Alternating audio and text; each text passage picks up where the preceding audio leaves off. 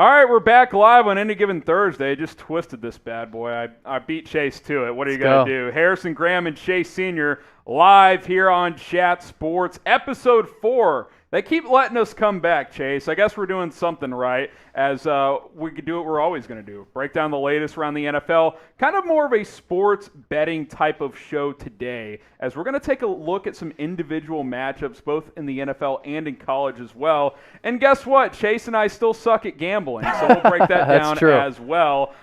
Chase, we're back. I'm happy, man. Let's get it. The lights are still on. The studio is still open and available for us to be in here. And we have a loaded show for you because this college football and NFL slate this week, it's jam-packed with a bunch of great matchups. And also, did our CEO basically troll the entire internet and every large media sports network out there? I think that did happen. We'll tell you about that coming up, too. The troll of the year in sports media may have happened from our CEO, so stay tuned for that. But we'll let the live chat grow a little bit first before we get into the bulk of today's show. So shout out your city.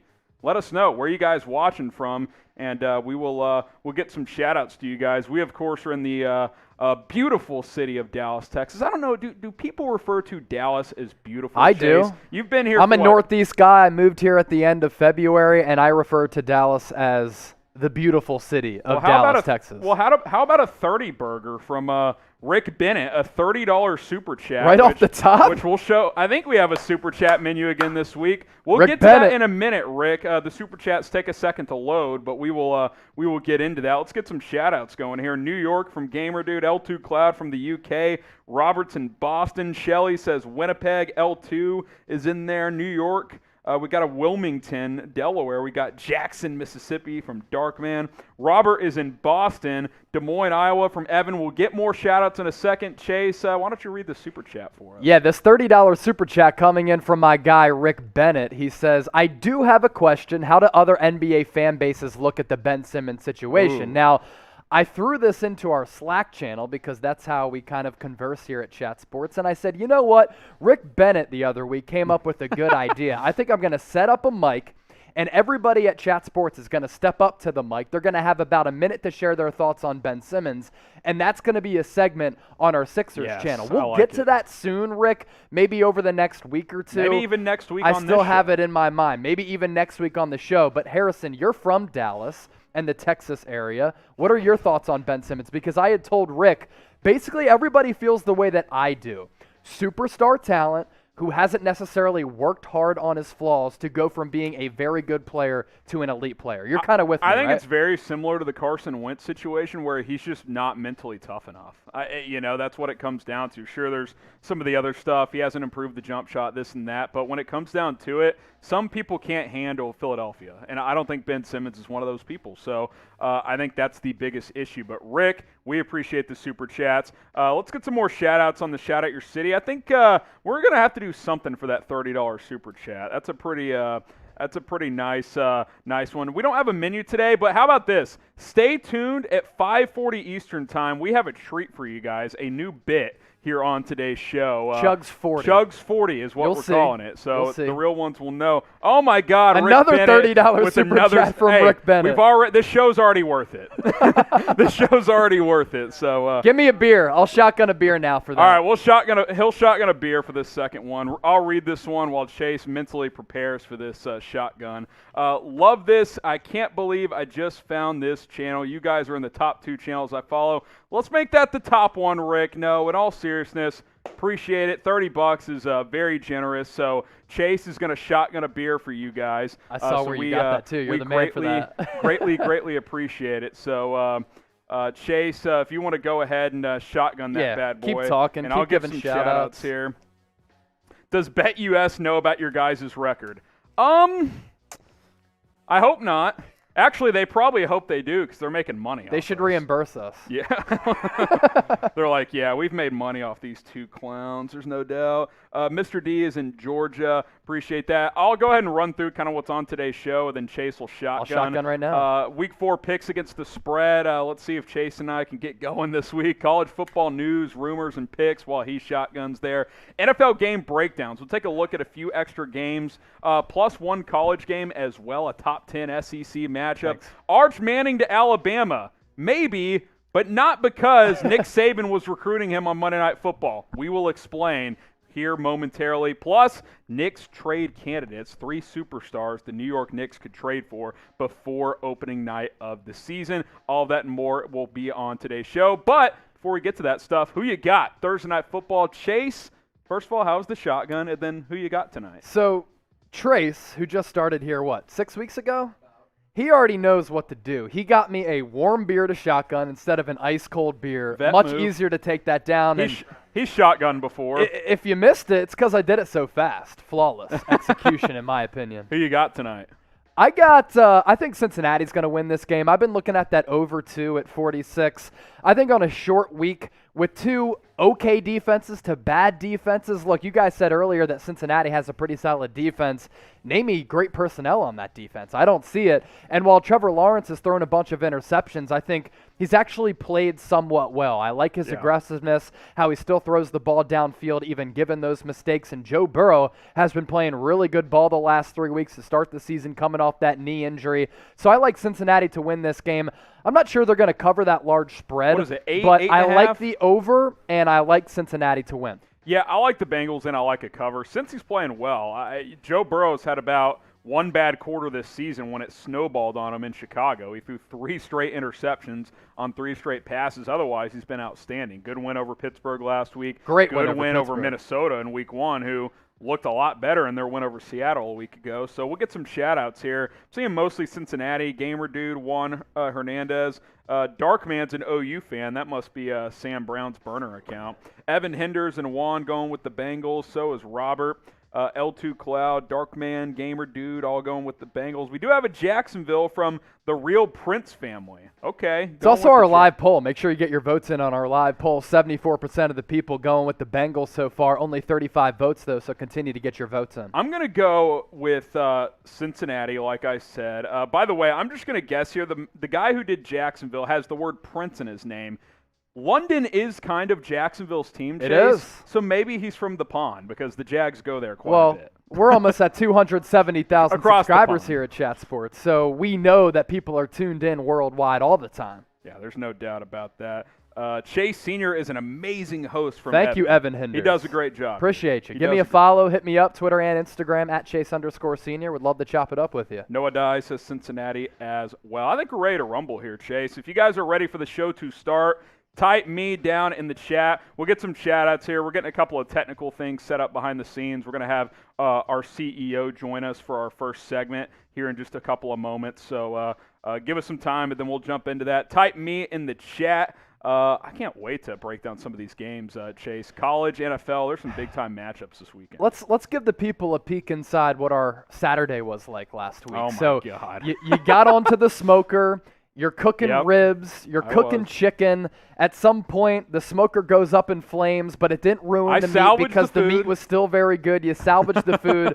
You and I basically sat on the couch drinking beers, drinking seltzers for like 10 to 12 hours straight. Yes. We had cheddar laid down on a lot of games out there. Big money on Notre Dame, so that was a nice payout for us. Not big enough. We're going to be doing the same thing, I think, this Saturday, too, because this college slate is unbelievable. This college slate the amount of games from 11 o'clock our time all the way throughout the night is great. I can't wait for it. The question is, will we drink more beers or bet on more games? That is the only question. I already bet on 5 games, so let's say I bet on 5 more. That's 10 beers. I think I can eclipse 10 beers. That's easy. It's going to be fantastic. Noah says me. Gamer says me. Goat says me. Evan says me. Dartman says me. Robert, Goat, Gamer, Robert. All right. Appreciate you guys. We're going to jump into the bulk of today's show, starting with the troll of the century in sports media from one of our own here at Chat Sports. So stay tuned for our entire show. Any Given Thursday, rolling along, Harrison Graham and Chase Sr., part of our brand new show, Any Given Thursday, every Thursday at 5 o'clock Eastern, live on YouTube. We're going to start with something a little different. Nick Saban, is he recruiting Arch Manning to Alabama? Yes, and probably, but not based on what happened on Monday Night Football during the Manning cast, which has been fantastic, Chase. We're going to welcome in our boss man here, James Yoder. And James, you sent out the tweet of the century. Welcome to the show. Appreciate you joining us I'm just going to let you take over here. What the hell happened on Monday night, and what has happened over the past 72 hours or so? So I'm just pulling up my computer here, guys. Thanks for having me in the Chat Sports living room. I mean, look, I like to have fun on Twitter, right? And during the Manning cast, everybody was just talking about LeBron and Nick Saban. And there was this one point I had paused my TV just because, I don't know, I just paused it. And I saw they're all laughing. And I think to myself sometimes, what's going to happen here? What do people think are happening here? Took a picture of the TV and just tweeted out, what's the most believable thing that people will tweet out that is completely ridiculous? And I'm like, oh boy, there's Peyton and Eli. I wish I would have coached you boys there when I was, you'd have been recruits when I was at Alabama. I sure wish I would have coached a Manning, member of the Manning family. So I put the tweet out, okay, as you see on we've screen got it there. up right here. Got it. And then we've got the photo here. So if you guys want to go to the photo, 3,000 likes, just under 500 retweets, and more than half of those were quote tweets, right? And it's a picture of, Saban, by the way, looked like he was in some sort of, I don't know, space. Yeah, where Some is type he? of dungeon? Yeah, exactly. I thought it was like weirdest thing of all time. And they're all looking like they're laughing. I'm like, oh yeah, people will definitely eat this up. And within minutes, it was just going super viral. And so by the next morning, I put out the retraction, right? I'm like, this tweet was 100% We've got it joke. here. Put it right in the feed, right below the tweet I had, and that's fine. I mean, basically said, y'all crazy. What was so interesting to me is unless I missed him come on later, he was only on there between commercial breaks, so it was like 8 to 10, 12 minutes maybe at the max. Yeah. And I didn't see him come back on. I don't know if you guys saw him come on or not, but I did not see him come on back on later. So did no one watch this? There was not a single person that I saw call me out and say, that didn't happen. It was just like after quote tweet after like after article. We're about to go through this and break down how many articles, all the different major outlets, by the way, that ate this story up. We want to ask this question first, though. Did you guys see this tweet? Type Y for yes. Type in for no. It's gone viral. 3,000 likes, 500 retweets at this point. Yoder, something like that. Yep. It's off the chain. So give us a Y, give us an N. Let us know. And if you haven't, go hit up our boy James Yoder on Twitter and link for the tweet is in the give him a comment like, give him a section as retweet, well. give him a follow, and let's continue to get that thing going. We've got the analytics up here now, Yoder. Yep. Just how ridiculous and how widespread this thing. So look at these numbers. So just under 1.1 million impressions, right? That's how many people saw it in their Twitter feed or in an article that someone embedded on. So pretty ridiculous. 81,000 people engaged with it somehow. Maybe they clicked into the photo or they liked it or they grabbed the link and sent it to somebody. That's a huge number for engagement. I think that the interesting part about all of it, I only got 3 follows out of this. I mean, that's the worst conversion rate of all time. Brutal. They're like, who the hell is this Yoder cat? No, exactly. I'm getting no follows out of this. So I put follow James Yoder 80 times under the tweet on it, trying to get Not some engagement. enough. Did not work at all, which I think is a little bit insulting people. You're getting shadow banned, yo. But yeah, and then I saw that night one article, but then when we go into Tuesday and then into Wednesday, it was just like article after article after article. So up on the screen here now, we should see you had Barstool Sports, right? They put it out late Monday, early Tuesday, and that got a lot of traction. I had a bunch of people sending me this one, and that was fine. They put it on their article. They also had it all over the Twitter account.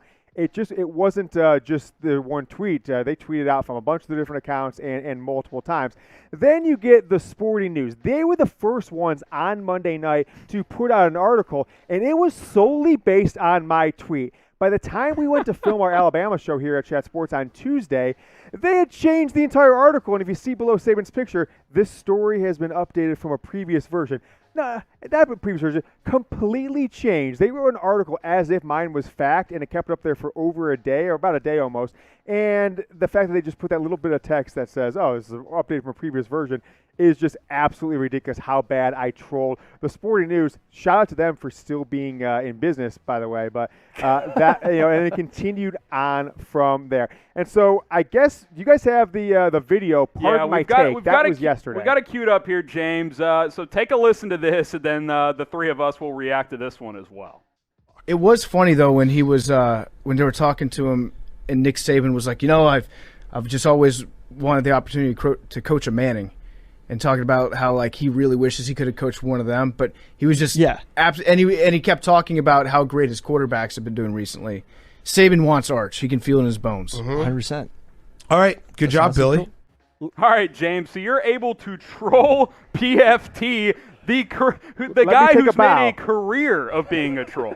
Yeah, he's probably a millionaire at this point. I mean, they're doing really well for Oh, themselves. there's no doubt. Off of being a troll, he created an account of viral internet commenters from that website, and he fell for it off that thing. And someone sent this to me last night. I'm like, there's no way. And sure enough, they did it, which is funny because they talk about him on this cast. I don't know if you guys saw Peyton Manning actually asked if they could block him and not show him on screen anymore. I don't know if that was a joke or an inside thing. I think it's I think it was sarcastic. I think it's a bit at this point. I think Which is they're funny all in because on it. Barstool Van Talk didn't last long. Yeah, so kind of funny. Also, we didn't show the screenshot, but Outkick the Coverage, Clay Travis' website, they did the same thing as Sporting News. They actually went ahead and put an article out. By the next day, by the time I went to grab the screenshot from it, they changed the entire article as if it didn't happen at all. Imagine if they didn't. Got to take those clicks, right? I mean, welcome to sports blogging and journalism here in 2021. I want to shout you out, James. Fantastic work pulling this out. Like the video if you're impressed with how good of a troll job this is. James was literally just messing around during the Manning cast, and this is still getting a lot of retweets, likes, some article retractions. So like this video if you think this is just one of the all-time epic trolls by our boss man here. You can also follow him on Twitter, at James Yoder on Twitter. He needs more than 3 new followers based on this interaction, right, Chase? The ratio is just not good enough. Let's at least get him 10 new followers. Plus the fact, 1, he's our boss. 2, he's a great follow on Twitter. And if you want next-level sarcasm as well as just him being hilarious, dude, you just got to give him a follow. That's all it is. College Football Insider, he does it all here. And then what is Total Pro Sports here, James? What happened here? Yeah, this is an interesting one too, right? Like I had never even heard of these guys, but their entire article, which is still up, this is one of the ones that didn't retract. They just went on and on and on about it. I'm like, okay, I'm just enjoying a Budweiser here, by the way, just kind of sipping in and basking in the glory of just trolling everyone. And it's funny, like we said, the Outkick the Coverage of Clay Travis. I like Clay's stuff. He's funny, but he would just murder somebody if it was like Dan Woken or Rovell or those people fell for it. If this happened to him, would have been a bloodbath. Yeah, 100%. He would have been an absolute bloodbath. USA Today, this is the most funny part, right? We're filming our Alabama show with R.C. Maxfield, Alabama Football Report, on Tuesday late evening, late afternoon. And I said to R.C., I said, oh, wow, we got a couple articles on it overnight. I go, I'll guarantee some just Bush League website like Tide Wire and USA Today Sports is going to put an entire article about this. And sure enough, if Jim Harbaugh is on with the Mannings, I'm watching the entire thing. How did no one watch this? That's the thing. And if he said it, how was there no video of it? Like, that's the funny part that I'm just like, where is the journalistic integrity? USA Today, also, shout out to them for still being around, a newspaper that is still kicking, not many left these days. Yeah, so take us through your keys to trolling here. We've got your 5-part keys to trolling on screen here. Just kind of run through it here. Yeah, so typically when I do troll, I probably get 2 a month that get, into the hundreds and hundreds of thousands of page views. Mostly they're on stuff that I have a built-in audience for, Michigan football, Ohio State, something college football related. Last one that was not related was during Hard Knocks. Just same thing. Took a picture of Zeke Elliott speaking on screen and made a joke as if he quoted that he was just getting paid $6 or $7 million a year at Ohio State. And the Ohio State fans that followed me just ate it up. Some of them being like, "Why you ratting him out?" Other people were like, "Well, that's good. Of course we paid our player." I'm just like, no one watched these things. That's funny. So you got to pick something topical and trending, or have a built-in audience for it. You got to make it believable or funny. You talk about this one, it's believable. In my mind, I'm thinking this is believable. If someone's not watching it, they'll think, "Oh, wow," which is exactly what happened, or super funny in some way that people will, just retweet it or signal boost it from, the comedy of it. And do people want it to be true, right? Everyone just talks about how Saban's the best recruiter. Saban never stops working. He's going to go on this and talk about the number 1 recruit in 2023. So even if people weren't going to fact check, even if they didn't care that much about it, they want it to be true if they follow college football, if they're an Alabama fan. So they're going to, even if they think, oh, that didn't really happen, I'm just going to retweet it so the other fan bases think it's happening, which is kind of funny. And then this is what happened to me. I think it was actually a Barstool account there, college football, which is unnecessary roughness. That was the first 5 or 6 retweets was that account. And then from there it took off, and then I had a bunch of other verified college football, NFL accounts that started tweeting it and all that stuff. But I think that number 5 is the key point. TV, during a game, during a thing like Hard Knocks, and hell, it doesn't have to be sports. It could be anything. I'm 2 for 2 in the last month, taking a picture of my television and then just making up a quote, later retracting it. But it's just so amusing that the biggest talking point in sports, Hard Knocks Episode 1, Manning cast with Saban on it, zero people fact-checked either one of them. Well, you pulled off the troll of the year. There's no doubt about that. What's not a troll is Arch Manning's actually a very highly rated recruit. In fact, the #1 rated recruit in 2023. So you guys watching right now, go ahead and give us a vote down in the comments. Where will Arch play? Type A for Alabama, L for LSU, T for Tennessee, M for Ole Miss. We also added a couple of teams at the bottom. Georgia and Texas heavily in the mix here as well. So let us know. Ole Miss as well. Where will Arch Manning play after this season? Get your votes in down in the comments section. Okay, let's put a wrap on this, Yoder. We've got you back on screen here, the three of us with Chase. What's next? What's next on the troll game action? You got anything planned coming through the pipeline? What's cooking up? It's going to have to be. There's got to be an encore in life when you do something this epic. I was surprised that PFT commenter, I tagged him in a tweet last night with that video that we showed on screen. I'm surprised he. Because enough people engaged, and then there's quite a few people who did the video tweet that's kind of took my video and shared it and tagged him. No response from him, but I think this weekend in college football, I'm going to have to come up with something on Saturday. So I'm cooking up some stuff for Saturday. Stay tuned at Alabama Ole Miss. You get a picture of Saban, picture of Kiffin, shaking hands in the middle. It's like Lane Kiffin mic'd up for today's game, and then fake quote that'll be funny. I've got to think of something. But here's all I know. If you're a big Ohio State fan, follow him on Twitter at James Yoder. Buckeyes fans only, not Michigan fans. Only Ohio State. Kidding. He's our Michigan football insider. Yodes, appreciate you hopping on. I'm sure you got a lot of other stuff to get after. And hey, real quick, Michigan or Wisconsin? I'm coming in there to punch you guys in the face shortly. Okay, real quick, who's winning? Michigan, Wisconsin? I'm broadcasting the game, so I can't give a prediction. Okay, Herbie. Well played. We appreciate it. All right, there he goes, James Yoder. We might see him a little bit later. That's good stuff, man, Chase. That's fantastic. It's just hilarious how nobody came up with a video in response to that, or nobody even looked into whether or not there was a video. You know what it is? See if Nick Saban actually. You know what it is? It's the classic. Oh, this guy has 5,000, 6,000 followers on Twitter. It must be true, so I'm just gonna run away with it. It's next level. It's social media in 2021. It's trolling at its finest. It's fantastic. All right, who you got? Thursday night football. CIN for the Bengals. JAC for the Jacksonville Jaguars. Let's get the live chat back going here. Come on. Let's heat it back up here. We're going to break down some of these matchups as well. We're going to go through every single game on the schedule right now. So who you got? CIN, JAC. Get your votes in real quick, Chase. Who you picking in this? I'm going with the Bengals. Joe Burrow and the boys are going up against a Jacksonville team that doesn't have a good defense. Trevor Lawrence is tied for the league lead in interceptions with 7 alongside fellow rookie Zach Wilson. And I think Lawrence is going to show a lot of people why he was chosen #1 atop the NFL draft. But Joe Burrow, Bengals, much better team top to bottom. Yeah, I'm going to go with the Bengals as well. I think they win. I think they cover. A couple of quick shout-outs here. I think so, yeah. Type CIN, JAC. Jeremiah's going with the Bengals. So is Go, Evan, Max. The real Prince going with Jacksonville once again. All right, next matchup. We'll kind of go a little rapid fire here. We'll get some shout-outs as well. Washington or Atlanta, Chase? How you feeling in this one?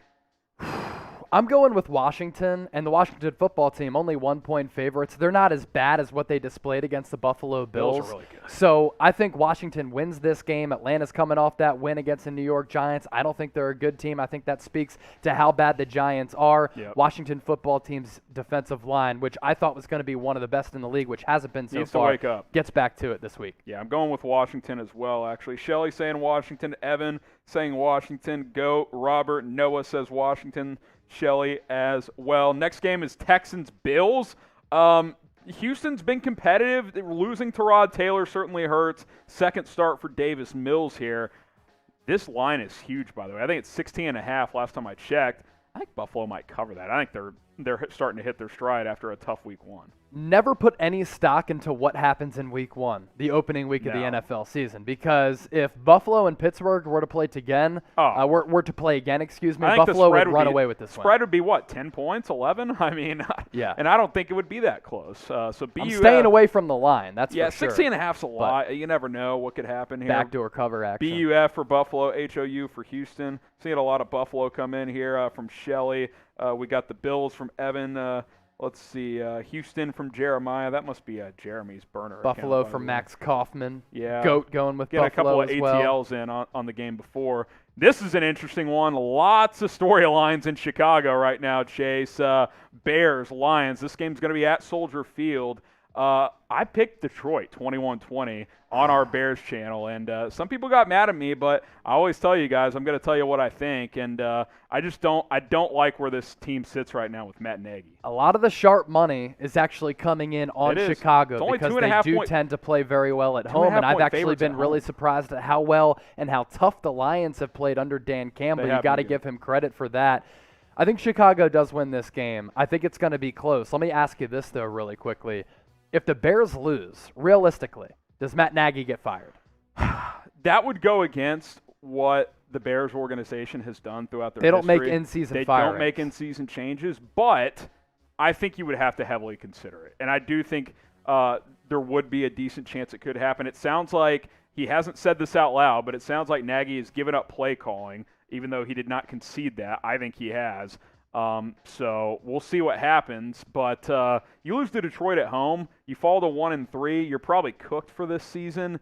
Yeah, and you know why I would fire him too, Chase? I would try to save this season. I would fire him after 1-3 and try to salvage this season, see what happens. Still have a pretty good defense. Yeah, the defense has played a lot better, so we'll see. I think it's going to be a low-scoring affair. I like the under in that game. That's for sure. A lot of Detroit coming in. Rout the Bears. I don't think it'll be a rout. I think it'll be close, but we will see what happens. Carolina, Dallas, type CAR for the Panthers, type DAL for the Cowboys. I think Dallas is more talented, Chase, but they got pretty hosed by the schedule here. Carolina played last Thursday a week ago.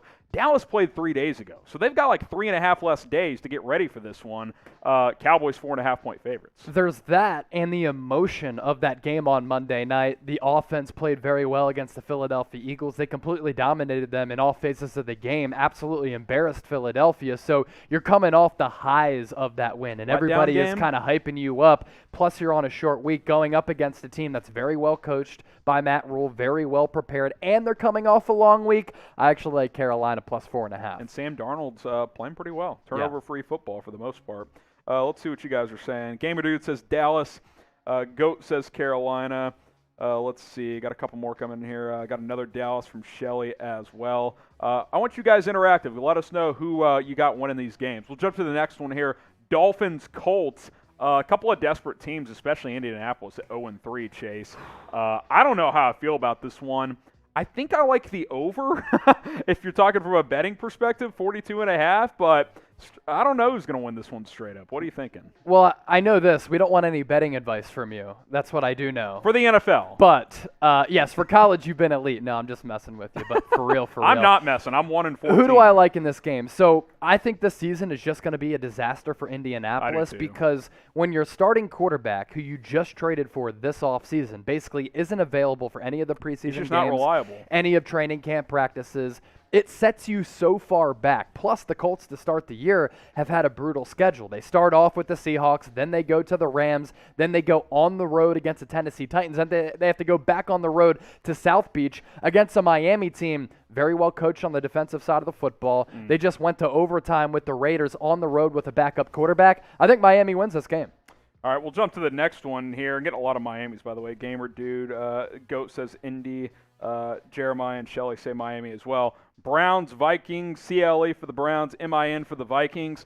I kind of think Minnesota might win this game. They showed me a lot against Seattle last week, Chase. Kirk Cousins is quietly putting together a really nice season. I think Dalvin Cook might get back for this game, but Alexander Mattison ran hard last week. Yeah. And it's at Minnesota. I think I like the Vikings here, actually. Vikings under Mike Zimmer have been a very good team in Minneapolis, and I think they have a little bit of something going. Like week 1, they lose a very close game to the Cincinnati Should've Bengals. won Week week 2, they could have won against They the missed a Arizona chip Cardinals. shot field Last goal. week, they beat the Seattle Seahawks. I think that's a good team. Early on, I thought this was a season that was going to go down the toilet for the Vikings, and Mike Zimmer was going to be on the hot seat. But they've played hard every single week, and I actually really like them as 2-point underdogs at home where they've had a lot of success. Yeah, I mean, I picked Seattle last week because they were only getting a point at Minnesota, and Minnesota just drilled them. I mean, it wasn't even close. So, CLE from Ryan, we got Jeremiah saying Minnesota, Shelley saying Cleveland, Christian saying Minnesota as well. The Saints finally get to play at home here, Chase, at the Superdome. Congratulations to them. It's been a tough month or so. Seriously. NO for the Saints, NYG for the Giants. This feels like we're back home. Things are somewhat normal-ish again. Blowout City?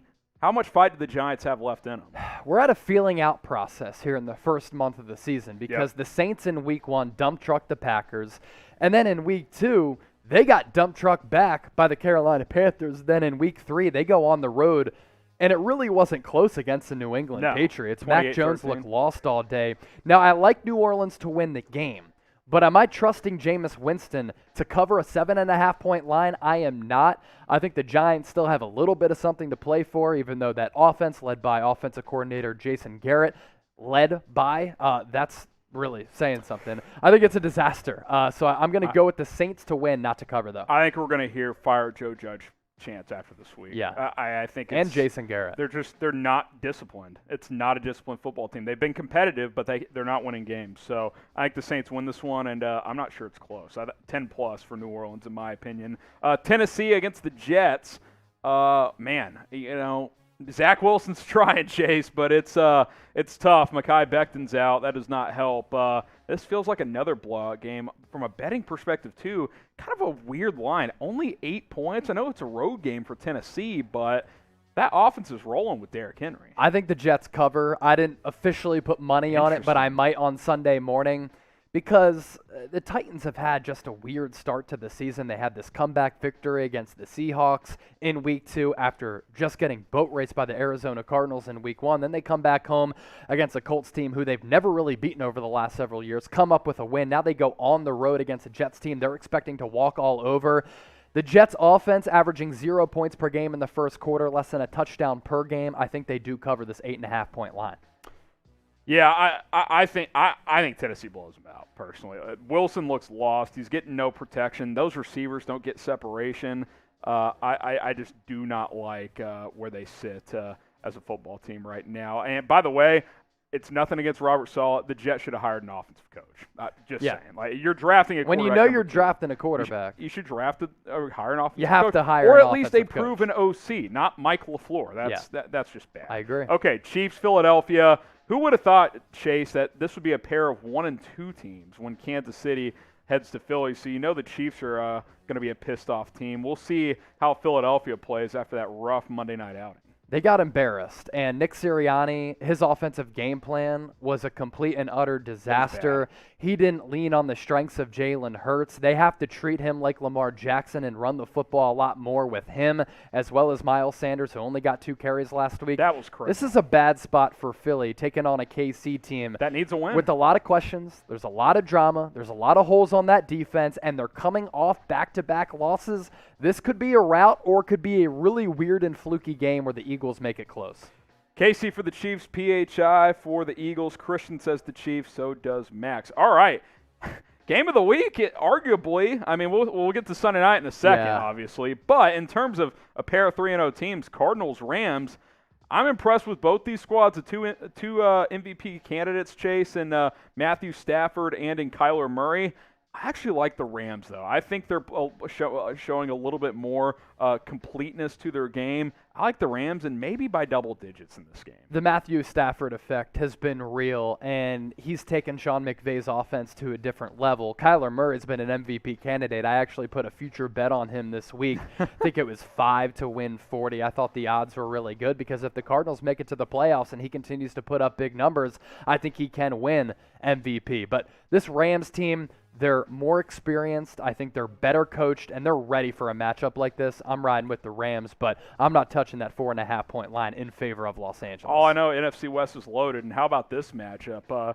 Seattle, this is borderline must-win for Seattle. You lose this game in this division, you're at least you're 2 games back of all 3 of the other teams, because the loser of the other matchup will be 3-1. Yep. And then if you lose to San Francisco, they're also 3-1. You're 2 games back of those teams and 3 games back of the winner of that other matchup.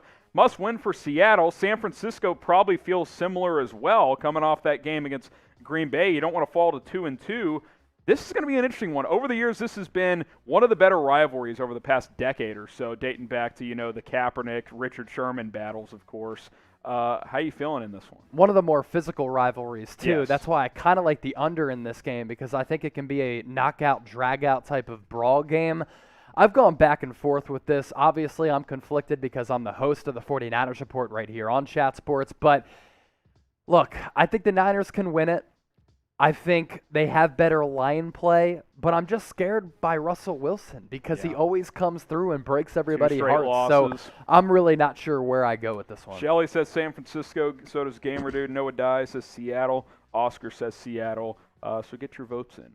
Who you got in this one? Baltimore, Denver. This has been basically a pick-em. Last I checked, Ravens were 1-point favorites on the road. I don't know about Denver yet, Chase, because they've played arguably the 3 worst teams in the National Football League. But you can only beat who you've played, and Baltimore just survived Detroit, so anything can happen in the NFL. What do you think in this match? Yeah, the line has been going all over the place. First it was with Baltimore, then I think it might have shifted toward Denver, then it became a pick-em. Now it's Baltimore by 1.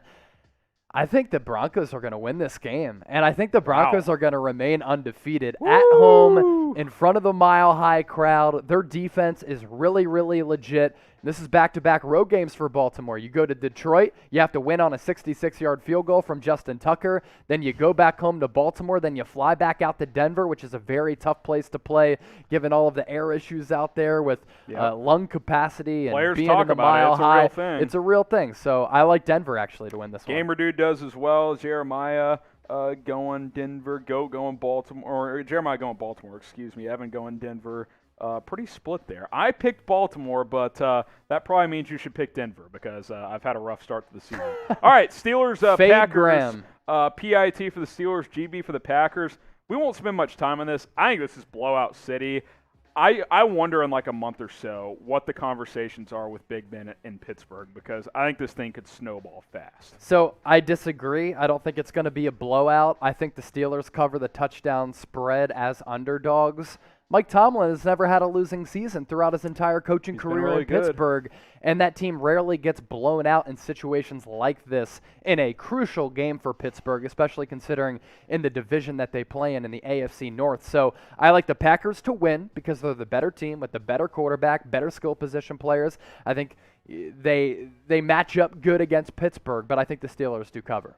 Let's see. We got a GB from Christian. Max and Noah say GB as well. I like Green Bay big, but I don't think Big Ben can make throws at this point, so maybe that's just me. I don't know if you guys have heard, Tom Brady's heading back to Foxborough. Producer Jack is wearing his Tom Brady socks today. Type NE for the Patriots, type TB for the Buccaneers. This is going to be fun. This will be a spectacle, Chase. I'll be very interested to see. Kind of just, I know how Gillette's going to treat him. There will be a video tribute and all of that. They're going to bow down to the GOAT. I can't wait to see what those interactions are with Belichick and Brady before the game, after the game. This is going to be a spectacle. The question is, what's the chess match? What does defensive-minded Bill Belichick dial up for his former 20-plus year quarterback in Tom Brady? Man, with the free agent acquisitions that New England made combined with the COVID opt-outs that they now have playing, I thought the Patriots defense was going to be a lot better than they've shown the first 3 weeks. And that offense is somewhat lackluster because what's the problem once again? They don't have elite players at the skill position. Sorry, Jack. So I'm going with the Patriots here. I'm typing my TB. I think the Patriots. Sorry, it's so confusing now with Tom Brady still with Tampa Bay and used to play for the Patriots for 2 decades. I was so used to saying that. I'm going with the Bucs to win. I think they could cover too. Yeah, TB for the Bucs, NE for the Patriots. Shelly going with the Patriots. TB 12 from Oscar. Bucs all the way from Noah. It's going to be – I can't wait to watch this game. I really can't. It's going to be I epic. think it's going to be awesome. And if you think that the schedule makers didn't make this in New England on purpose, you're out of your mind. You don't. Damn right. Like, I don't care what anybody says. It's not. This wasn't like a flip of the coin. This was a decision by the NFL to make sure this game was at Gillette Stadium. All right, we finally made it to Monday Night Football. Raiders against the Los Angeles Chargers. First place on the line in the AFC West, Chase. This is a big matchup. A lot of public money going toward Las Vegas, but the sharp bettors are taking Los Angeles. And I think Justin Herbert, if he's not already, is an emerging star in this league. What he did last year, putting together the best rookie campaign of any rookie quarterback ever, was awfully impressive. They finished the year very strong with like 3 to 4 consecutive wins. And this year they've been good. They just went into Arrowhead and took down Patrick Mahomes and the Kansas City Chiefs. And it wasn't a fluke. And I think the Chargers are winning this game as well. Give me my LAC. A lot of LVs coming in. We got a lot of Raiders fans here at Chat Sports. Rashard is picking the Chargers, though. Juan and Manny going LV as well. So is Max.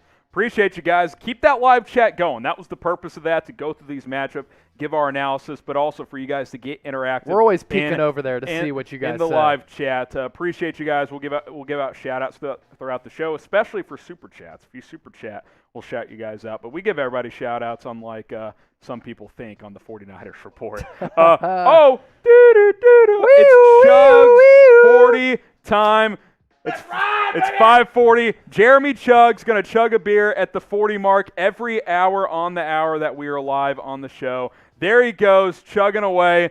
That Bud Light never stood a chance. Why don't you turn around? Oh, my goodness. Why don't you turn around? It says Chug's 40. Oh, my God. Jeremy Chug's bringing it. So I'll kind of, Chug's 40 time, baby. Chew that beer away on the bottom. We love Jeremy. If we're still live at 6:40 Eastern, get ready, Chugs, because he'll crush another beer. It's Chug's 40. Every time it's, 5:40, 6:40. If we're ever live at 7:40, Chugs comes in here. He crushes a beer, and it's what he does, man. He just SFAs the day away. Appreciate that from Jeremy. All right, if you loved that, if that was entertaining, and if you love the NFL, like this video, hit that thumbs up icon. When you guys are interactive in the chat, when you like the video, it helps us out. It sends YouTube a message, hey, let's show this video to more people on our platform. So like the video and help us out. Let's get to 50 likes. We're at 40 right now, so hit that thumbs up icon. That chug was pretty solid. That was really good. You've shotgunned a beer. Chugs has chugged a beer. We do it all here at Chat Sports. Yeah, maybe not as good as my shotgun, but that was pretty elite. It's a B+. Pretty elite. It's a B+. A little foamage at the end there, but like the video if you enjoyed what you just saw. What are we going to here next? All right, speaking of that Sunday night matchup, we're going to break it down into a little bit of further detail, especially from a betting perspective. We're going to try and ramp up our sports betting here at Chat Sports, give you guys the inside tips. So stay tuned for that. Let's take a look at Patriots-Bucks Sunday Night Football. Any given Thursday, rolling with you, Harrison Graham and Chase Sr. here from Chat Sports. Make sure you guys subscribe and join us every Thursday, 6 o'clock Eastern, 5 o'clock Eastern, 6 o'clock, or 4 o'clock Central Time. Jesus, that was the worst intro ever. Chase, save me here. Set the stage for Sunday night.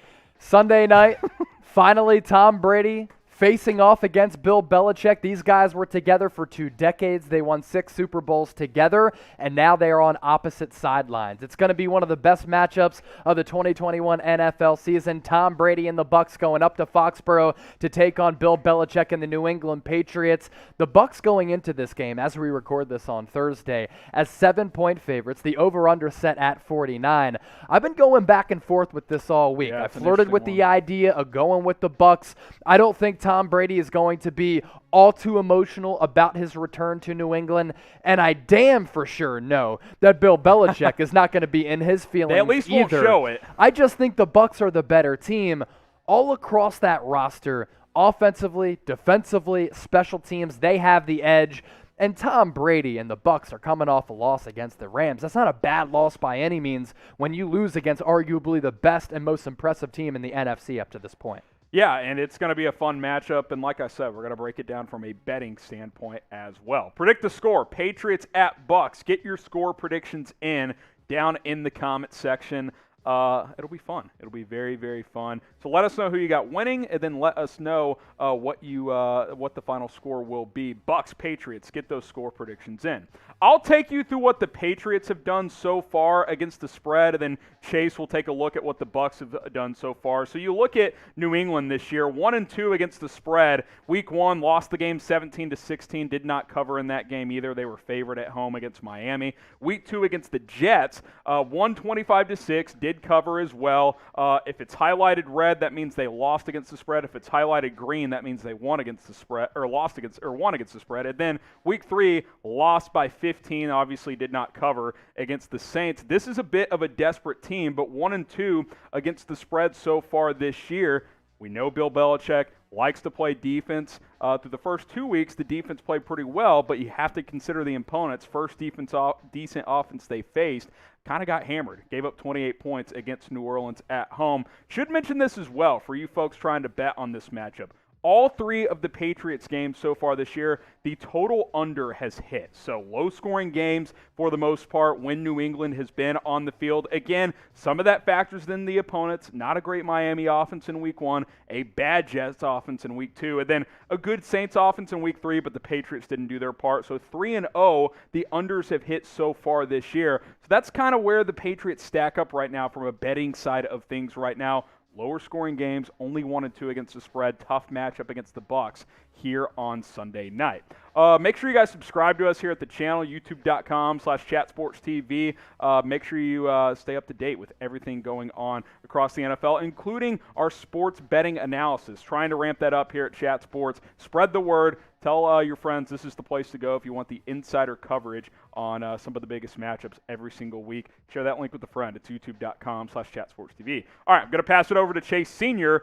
For the Bucks side of things. Take it away. Thank you so much, Harrison Graham. As for how the Bucks have done against the spread this year, they were 7.5-point favorites in Week 1, opening night of the 2021 NFL campaign against the Dallas Cowboys, and that matchup ended up being very close down to the wire. Buccaneers able to win that game 31-29, but did not cover that 7.5-point number. Week 2 against the Atlanta Falcons. Once again, it looked as though that spread was going to be in doubt, just like it was in Week 1, but then the Buccaneers late in that game able to pull away after a couple of pick sixes from Matt Ryan to win that one 48-25. And then last week, this game was a pick'em. I think it ended with the Bucks as 1-point favorites, which is why this is an against the spread loss, going up against a Rams team that has a rejuvenated offense with Matthew Stafford, who's arguably the league MVP up to this point in this season. He's worked magic with head coach Sean McVay. It looks as though right now through the first 3 weeks of the season that Matthew Stafford is the quarterback that Sean McVay has wanted all along. That offense was so limited by Jared Goff. Now there are no limitations with Matthew Stafford because he can make any throw on the field, but the Buccaneers in that matchup did go down against the spread.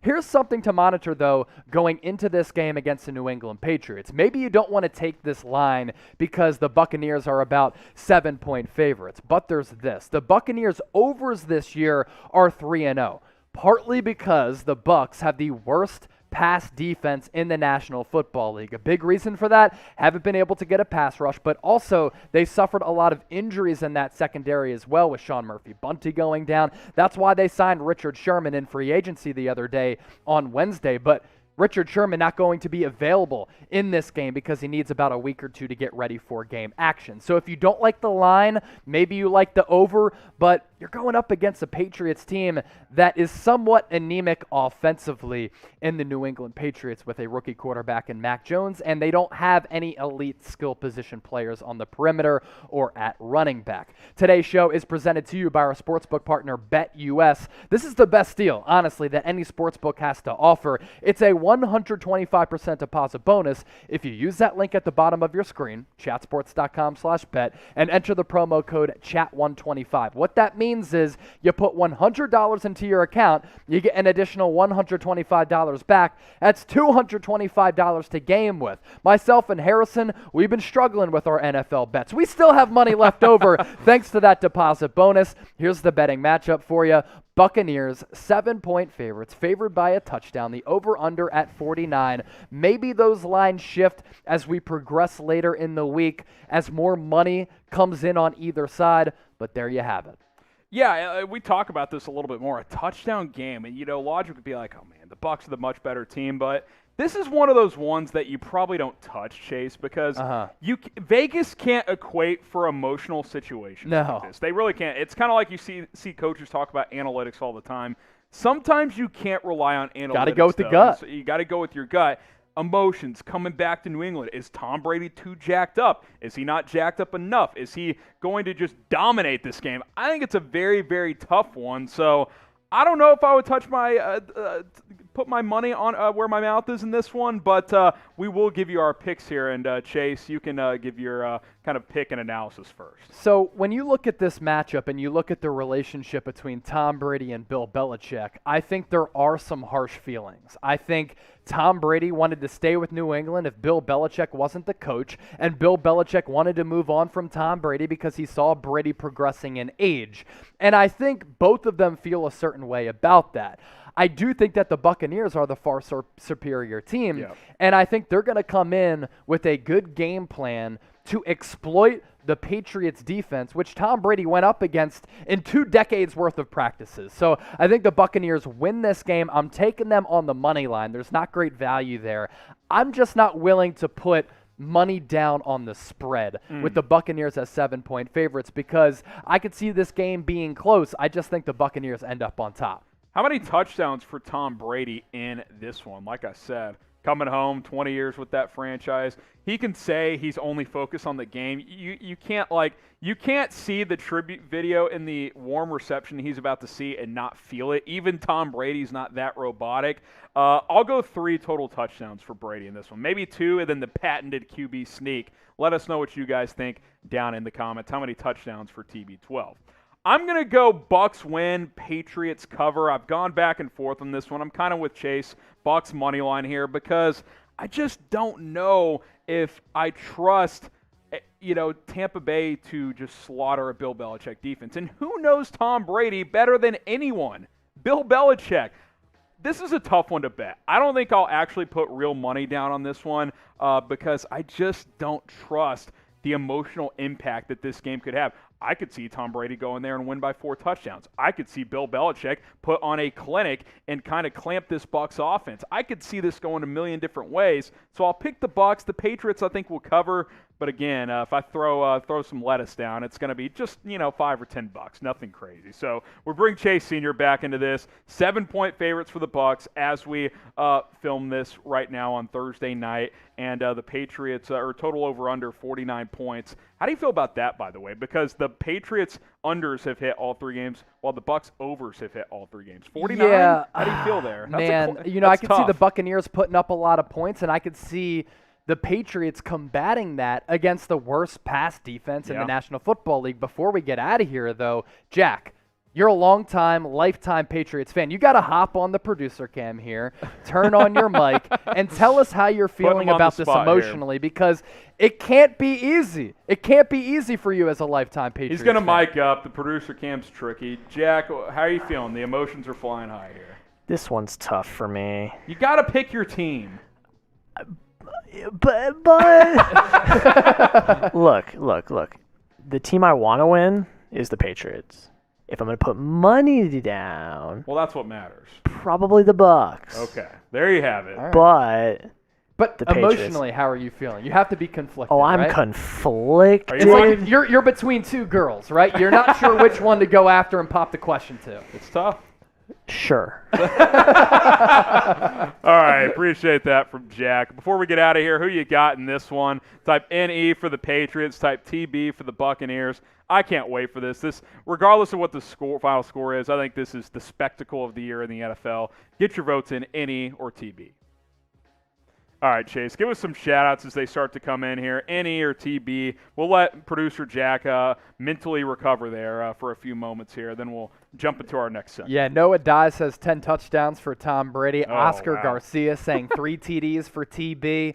55-10 from Clayton Rick Lockhart going with Tampa Bay. Joe Bertacia saying neither. And then he said either. So he either likes either team or neither team. By the Noah way, Dye going with By the way, I know Buccaneers as Rick well. Bennett So too is willing to Clayton put some Locker. money down. He's already given us $60 on this show. Yeah. You gonna put a 30-piece down, Rick? You're confident, $55 to $10. So let us know. By putting your money where your mouth is. All right, we are. I don't think we're doing it. Are we doing this now? I got to. Okay. Have to do it now. Before the next segment, we'll go full screen here. We'll let producer Yodes hit us in the face because we both. I went 1-4 against the spread last week. Chase 0-5. James, what'd you go 3-2 last week? 3-2. All right. So I was going to do this during I was going to do this during the picks, but I got to get myself. He was gonna do this during our betting segment where we pick our 5 picks against the spread, but he's gonna do it now. I'm gonna take the mic off. I don't want this to break or anything. I can narrate this for you. Do the play-by-play. Sam hit me last week. Oh, don't do it that hard. So Yodes has the boxing gloves strapped, closing my loaded, eyes. ready to go. Give me a Cheek or skull? just like oh gosh, just do it. Surprise me. Oh, not too bad. Not too bad. We'll take that. All right, let's see what he's got. Oh, it's coming the other side. All right.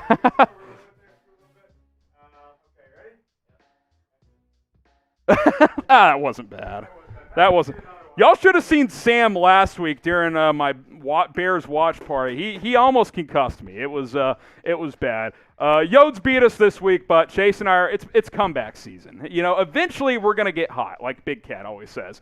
Don't let me get hot because once I do, Vegas is in trouble. Appreciate Yodes for hopping on a couple of times during the show. We'll give our official picks against the spread here in probably 30 or 45 minutes, so stay tuned for that. What are we hopping into now here? Oh, my goodness. Top 10 SEC matchup. Let's go. Arkansas, Georgia. We'll give our thoughts on this one from a betting perspective once again and overall as two very, very good teams right now in the SEC duke it out in Athens, Georgia. So we'll break this one down starting right now. He's Chase Sr. I'm Harrison Graham. Any given Thursday by Chat Sports. We go live every Thursday at 5 o'clock Eastern, 4 o'clock Central Time here on Chat Sports. Chase, I've gotten you into college football this year. That's the that was the goal. Yep. And now we're going to break down one of the top matchups, if not the top matchup this week between the Arkansas Razorbacks and the Georgia Bulldogs. And I got to tell you, the line in this one where Georgia is an 18.5-point favorite is just wild to me. I don't understand it whatsoever. Yeah, let me go back to your original point. As a guy who hails from the Northeast in the city of Philadelphia, where it's a professional sports town, I was never much of a college football guy, right? I mean, I grew up watching Penn State football, and I've adopted them as my college football team. But now that I'm in the South, as we're emanating to you from our Chat Sports studios in Dallas, Texas, I'm all in on college football. You and I last weekend, we sat on your couch, grilled some barbecue, drank some beers and seltzers, and watched college football for like 12 straight hours. I plan on doing that again this Saturday, and it all gets started with this matchup. Now, last week, Harrison, you and I just couldn't fathom why Notre Dame was about touchdown underdogs against Wisconsin at a neutral site, Soldier Field, which probably skews toward Notre Dame because they have the more nationwide brand. This week, I'm feeling about as strongly about this line as I am that line. I think 18.5 points. Let me say this straight up right now, and Chase's mic cut out there a little bit, so we'll bring him back in momentarily here. We'll go ahead. I think he's back in. Chase, we got you. Am I back? Yeah, you're I'm back. All right, we're okay, good. so I don't know where I dipped out, but I think Arkansas getting 18.5 points. Yes. Given that they're a top 10 team, they're really fast defensively, they're very physical on the offensive and defensive lines, is straight up disrespectful. Now, it all depends on the health status of their quarterback. Is he going to be able to go? Is he going to be out of this game? Because that young freshman did not look good, and it looked as though he couldn't throw the football at all. And I understand that Georgia's defense is very, very good, but that offense isn't really all that explosive, and I really like Arkansas's defense. And when you're a top 10 team going up against another top 10 team, arguably they've been the most impressive, not the best, the most impressive team in the SEC so far. How are you 18.5-point underdogs? I don't get it. More betting analysis to come from the pair of us and those two quarterbacks we mentioned. KJ Jefferson for Arkansas. Got a little banged up last week. Should play, though. JT Daniels, the quarterback for Georgia. Predict the score. Arkansas, Georgia, top 10 matchup in the SEC on the hedges in Athens, Georgia.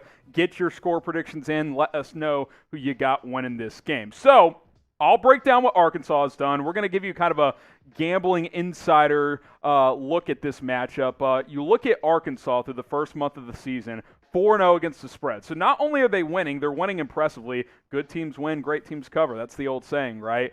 Week 1 against Rice, this was probably the worst game they played. They struggled for about 2.5 quarters. Offense woke up. They end up winning 38-17 and covering the spread. Week 2 against Texas, this is when people were like, okay, yeah, Texas isn't back, but maybe Arkansas is back. Sam Pittman doing a hell of a job. They physically overwhelmed the Longhorns in a major, major way in a 40-21 win in Week 2. Week 3 against Georgia Southern, took care of business. No surprise there, 45-19. And then another impressive win against Texas A&M, neutral site game at Jerry World in Arlington, Texas. 20-10 win, and outside of a 50-yard touchdown run from the Aggies, completely swarmed that A&M offense for 4 quarters. Another betting note for this one. If you want to make some cheddar, if you want to put your money where your mouth is, this is an interesting one. Arkansas overs are 3-1 this year. So that means the total points between Arkansas and their opponents, whatever the projected has been with Vegas, the over has hit. So a little higher scoring than you would think with a physical defensive matchup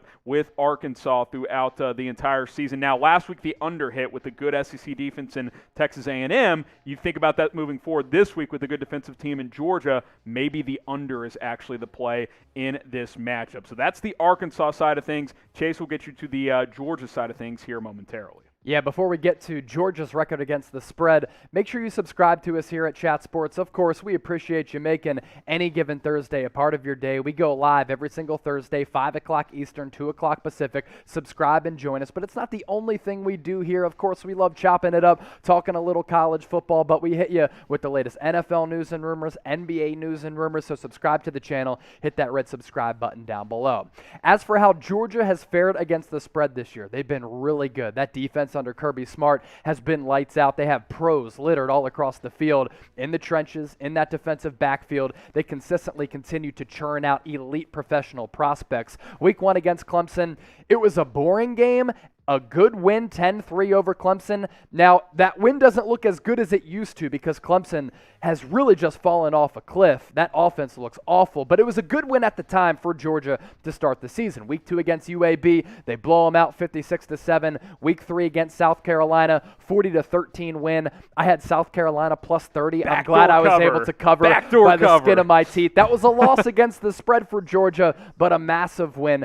And then week 4 at Vandy. Is Vanderbilt the worst team in FCS this year? For Power I think 5, they might yes. be. For Power 5. Yeah, they're awful. I mean, straight up terrible. Georgia stomped them 62-0, and Georgia overs this year are 3-1. But Georgia's forte, their bread and butter, has been defense. Arkansas' strength is also defense. So even though Georgia overs are 3-1 this year, I think this is going to be a low-scoring, defensive-oriented game. So I'm not touching the over. Like I mentioned, I'm smashing Arkansas, getting all those points. Chase and I both love the 18.5 that Arkansas is getting. If you agree, put your money where your mouth is. Go to BetUS. Use the link below. That way you can get the promo code of 125% deposit bonus when you type in chat125. Go to chatsports.com/bet. Type in that promo code, chat125. Put down $100, you get $125 in free play money, and you can bet on games, prop bets, parlays, teasers, Major League Baseball playoffs just around the corner, NBA starting next month. It's going to be fantastic. Chatsports.com/bet. I feel like they're getting Here's Vegas, the thing, too. Vegas is giving you money here. Sam Pittman used to be Georgia's offensive line coach. He knows this program. He knows how they operate. Take Arkansas. By the way, Arkansas money line is about plus 700 right now. I put down $10 to 170. I actually did this. I don't know if I Nice. told you You this, didn't tell me but that. before I love the it. show, laid 10 on Arkansas. Hey, you don't want it? Bet Arkansas gets the spread. You'll get most of that money back anyways. Go to chatsports.com/bet. Use the promo code chat125. By the way, I like the under 48.5. That feels a little bit too high. I don't know if I'll put money on it, but I'm definitely gassing Arkansas with those 18.5 points. Okay, Chase, give us your pick and give us the betting implications as well. Yeah, I've been so complimentary of Arkansas. I think what Sam Pittman has done has been one of the best reclamation projects that college football has seen over the last decade or two. He turned the program around overnight. Last year they were so competitive, and I think they're ready for a stage like this. They've already shown it this year, beating Texas A&M at Jerry World, taking down a pretty solid Texas team, completely dominating them. I do think they lose here, and it's not because of Arkansas. It's just because of how good Georgia is. I give Georgia the slight edge, and Georgia, the Dogs, win in a close one. The question is, can one of these teams win the SEC, or is it still Alabama's to lose? So let us know. Who wins the SEC here in 2021? It's Bama's until someone beats them, but I think that Florida game should give some teams some hope. By the way, Arkansas built very similarly to Florida. They want to run down your throats and play defense. That's going to be an interesting matchup when the Razorbacks play the Tide. Who wins the SEC this year? Let us know down in the comments. Here's my pick. Georgia wins, Arkansas covers. We're on the same page. But 18.5, the only way that happens is if Jefferson gets hurt. Yeah, KJ Jefferson gets hurt, they're screwed. And then Malik Hornsby can't throw the ball. The true freshman, who's a blazer, by the way. He can from run Houston? 4.3, 4.4. He's a speedster, but they don't trust him to throw yet. So Jefferson's health is critical here. But I do think Arkansas keeps this close. That defense is getting disrespected with this line, in my opinion. Vegas always knows. I get that, but there's occasionally one or two games a week where you're like, that line, I like what I'm feeling there. This week, the Arkansas game is that for me. So make some money. I've done really well against college this year. So has Chase. We're struggling in the NFL betting, but I'm 15-11 against the spread in college. I think Chase is like 14-9 or something like that. Pretty We're both solid. well above 500 betting college this year. So go ahead and take our word. Arkansas, put a little 5 or 10 piece money line as well. I think Arkansas could win this game. I'm not picking it, but I think it's definitely possible. All right, there you go. There's a betting insider Trace, look is there of a this Woo top Pig, 10 matchup. Type ARK for the Arkansas. Type ARK for the Arkansas Razorbacks. Type UGA for the Georgia Bulldogs. Who wins this top 10 matchup? By the way, 12 o'clock Eastern, perfect day to start your college football Saturday. All right. We both picked Georgia, Chase, but man, Arkansas, I've never really liked Arkansas, but I like the way they play this year. I really, really do. So I'd like to see them win this game, and so would my bank account. What's Gamer Dude saying in the chat? Why did he get blocked? I don't know. Gamer Dude, Well, relax. Bro. Gamer Dude is a big fan of the Niners report. Thank you, Gamer Dude. No Gamer Dude. disrespect. The The real Prince family says Arkansas wins the SEC. Wow. Jeremiah Seavey said, I like the video. The real Prince family going with Arkansas. Thanks to all of you. Gamer, for we'll getting get your those comments votes back shortly. Producer Jack got a little trigger happy there. It's I'm just kidding. in. What are mods, though? He's trying to moderate the chat. Gamer. Oh, okay. We gotta. That costs a little bit. SM going with Georgia, by the way. Yeah, this is gonna be a fun game. Man, to start the day too, dude. I'm juiced up. Yeah, you never mess with Frisky Jack. Can we go to sleep tonight and wake up and have it be Saturday? Yeah. That would be fantastic. I don't want to waste my day. Although Iowa Maryland Friday night, that's sneaky That's a good. pretty good game. That's sneaky good. That's gonna be fun as well. ARK for Arkansas, UGA for Georgia. Our producer stepped out for a second, so we'll get some shout outs here on this one. Show's over. UGA at a route from Tim. Noah Dye says Georgia. Pizza Man says Arkansas. We had some pizza for lunch, actually. As a Texas A&M fan, I'm going to have to say Arkansas wins over Georgia. The defense is solid and dialed in. The offense is explosive. That feels like a pick based on losing to your opponent, but I think you made good points. I think the defense is super fast and physical, and while the offense is inconsistent throwing the ball, Arkansas can definitely run the ball and get some good plays on the ground. What about them Terps? Hey, 4-0. They win. You beat Iowa tomorrow night. Mike Loxley, baby. You jump into the top 20. There's no doubt. Receiving votes this week. We'll see what happens in that matchup. What are we doing next year, Producer Jack? NFL picks. Oh, here we go. NFL picks against the spread. We're crushing the college game, but Chase and I are on the struggle bus in the NFL, especially me. All right, let's get into it. Let's body ourselves coming up right now. Let's make some picks against the spread. NFL Week 4 of the season is here, and you are watching Any Given Thursday. Harrison Graham and Chase Sr. Rolling along with you. Chase, man, we're really struggling. We're really struggling here. But hopefully we bounce back this week. You know what's a shame is last year I made a lot of money betting on football games. I was hitting at about a 60% clip. Which is very good. And in week 1, I go 4-1. I'm like, yo, I'm running it back here in 2021. After that, 2 consecutive weeks of going 0 for 5. For those keeping score at home, that's 10 straight losses. But it's coming to an end this week, I guarantee. We're going 5-0, so stay tuned for our That's picks. why it's gambling. Here right? are the chat sports standing. Exactly. It's not guaranteed. Tom Downey's hot. He hit a 5-team parlay, hit all his picks. He's 11-4. Thomas Mott fell back a little bit. He's 8-6-1. Matthew Peterson, Jeremy Chuggs is 8-7. James Yoder, Brett Scott, they're both 7-8. Marshall Green, Mitchell Renz, and R.C. Maxfield sitting at 6-9. These are all against the spread, by the way. Jack Lauderay, our producer, he's 5-10. So is betting gambler extraordinaire Sam Brown. Trace Gerard is 5-10. Chase is 4-11. Jeffrey is 3-12. And folks, you can't make this up how bad I've been. You can't go 1-14 if you try to against the spread. You really can't. I would argue it's just as easy to go 1-14 as it is to go 14-1. But we're turning it around. We're going 5-0 this week. But we got to make fun of Chase first. Make fun of Chase for going 0-5 last weekend. Type the LOLs. Hey, for those of you watching on our live show, you saw me get punched in the face just a few moments ago by my boss. For those of you watching after the fact, you missed it, but I took a punch to the face from my boss because of my 0-5 record last week. So while my record sucks, I'm paying the consequences. Hey, and hopefully we're paying ourselves back with some wins with BetUS this weekend. Let's go. Here's my picks of the week, and then we'll get to Chase's. I told myself I would not bet the Chiefs again. But then I saw they were only 7-point favorites at the Eagles, and that defense is struggling.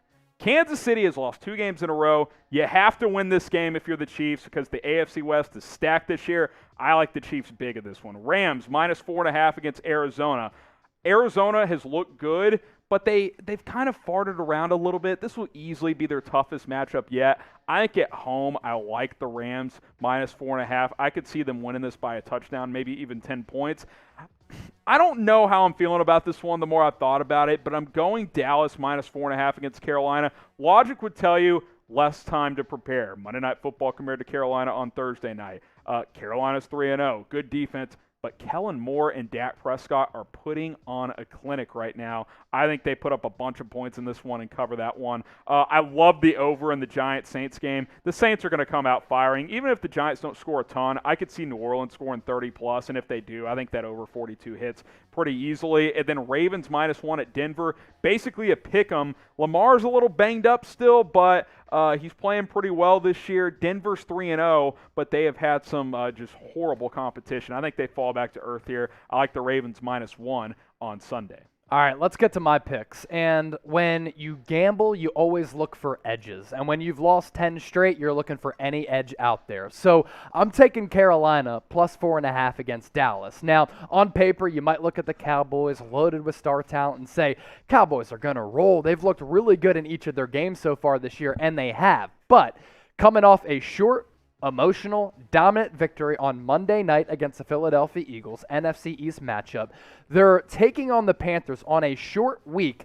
Panthers are also undefeated. They're very well coached, and they played last Thursday coming off extra rest. So Dallas, they kind of got shafted a little bit by the schedule makers. Brutal scheduling. Short week against an undefeated and very good Panthers team that is very good defensively. I think the Panthers defense going to give the Cowboys a test they haven't seen yet so far this year. Washington last week against the Buffalo Bills. I had taken them at +7.5. I got killed because Taylor Heineke, the Washington offense, they looked abysmal. And The Washington defensive front, led by Chase Young, Montez Sweat, I thought it was going to be one of the better defensive fronts across the National Football League. And because of that, I thought Washington, with a defensive-oriented head coach in Ron Rivera, was going to be one of the best defensive units in the league. That has not happened yet. But after getting embarrassed, I think they return to kind of how they played at the end of last year. That defense gets it together, and they have a win against a bad Falcons team coming off their first win of the year, against the New York Giants. Everybody is gassing Baltimore. Baltimore back-to-back road games. They escape with a 66-yard field goal from Justin Tucker against the Lions last week on the road. They go back to Baltimore, then they fly back out to Denver. Denver's a really tough place to play, and that defense has been flying around the field. I think that offense is very explosive, so I like the Broncos +1. That's been a sharp bet that's popular among professional bettors. Vikings +2 at home against Cleveland. Everybody is also gassing the Browns, but the Vikings at home under Mike Zimmer have been a very good team. I think the value there is excellent. And I'm not counting on Jameis Winston to cover as a 7.5-point favorite. I think the Saints win because I think the Giants suck, and I think Joe Judge is probably going to get fired at some point soon. And that offense sucks under Jason Garrett.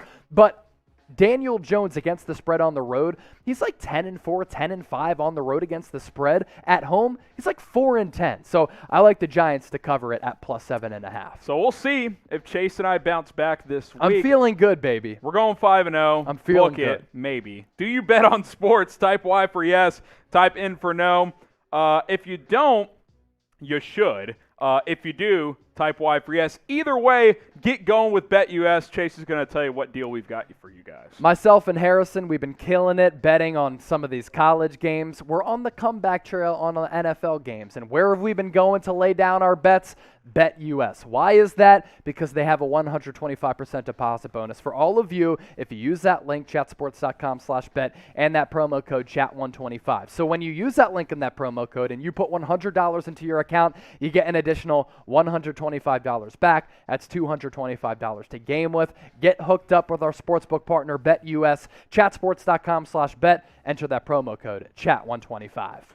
All right, we welcome in our producer, Jack Lottaray. And Jack, if you're mic'd up and ready to go, you're 5-10. You're kind of a beginner, and you've gotten going with BetUS on sports gambling. Yep. You're having a lot of fun with it. Take us through your picks this week. All right, let's take a look. Am I really confident? No, but we're going to go with it anyway. Very eloquent there. Gas and Browns -1. I trust Baker Mayfield. Let's do it. Like I said, New England, Tampa Bay, taking the Bucks, -7. Love the Patriots, but I trust Tom Brady. Check out that hat. Yeah, rocking the There we Red go. Sox struggling. Going against your heart. We won't talk about that. They though. won Red last Sox night. gonna choke too. They won last night. They won. Las Vegas, Chargers, under. Love this. Gassing that. Ravens -1. Is Lamar Jackson 100%? Probably not. Probably shouldn't have flipped into the end zone, but I'm still going to take them -1. Packers -7. I think that game's going to be a blowout. Don't trust Pittsburgh at all, so I'm taking the -7. I might put some money on that game. All right, there's producer Jack's picks. We'll see how he ends up faring this upcoming week. Chase, go ahead and take us through Tom's. Well, here's our leader in the clubhouse, Tom Downey. He has the Browns -2 against the Vikings on the road. Washington on the road, -1 against the Falcons. The Ravens-Denver game is kind of a pick-em. Now the Ravens are favored by 1 as we record this during any given Thursday. On Thursday, Chargers 3.5-point favorites against the Las Vegas Raiders, and the Eagles are getting 7 at -7. Okay, Thomas Mott, who's above 500, he likes the Chiefs as well. I got it -7. He got it -7.5 against Philadelphia. Lions +4 at Chicago. Not sure when he got it at +4, but we'll let him get away with that, I guess. Colts +3 at Miami. That's a weird game. I'm not touching that game. Giants +7.5 at New Orleans. Emotional crowd for the Saints. How will those players react? We'll see. And then ATL and Washington, the under 48.5. Those are Thomas's picks. Producer Jeremy Beedling, in case you missed it, about an hour ago, he already chugged a beer at 4:40 Stay tuned. Central. At 5:40 Central, he'll be chugging another beer. Here's his record, 8-7. Here are his picks. Texans getting 17 against Buffalo. Washington 1-point favorites against Atlanta. He likes the Vikings +2, Ravens +1, and the over in that Giants-New Orleans game at 43. The jokester himself, Matthew Peterson, Browns -2 at Minnesota.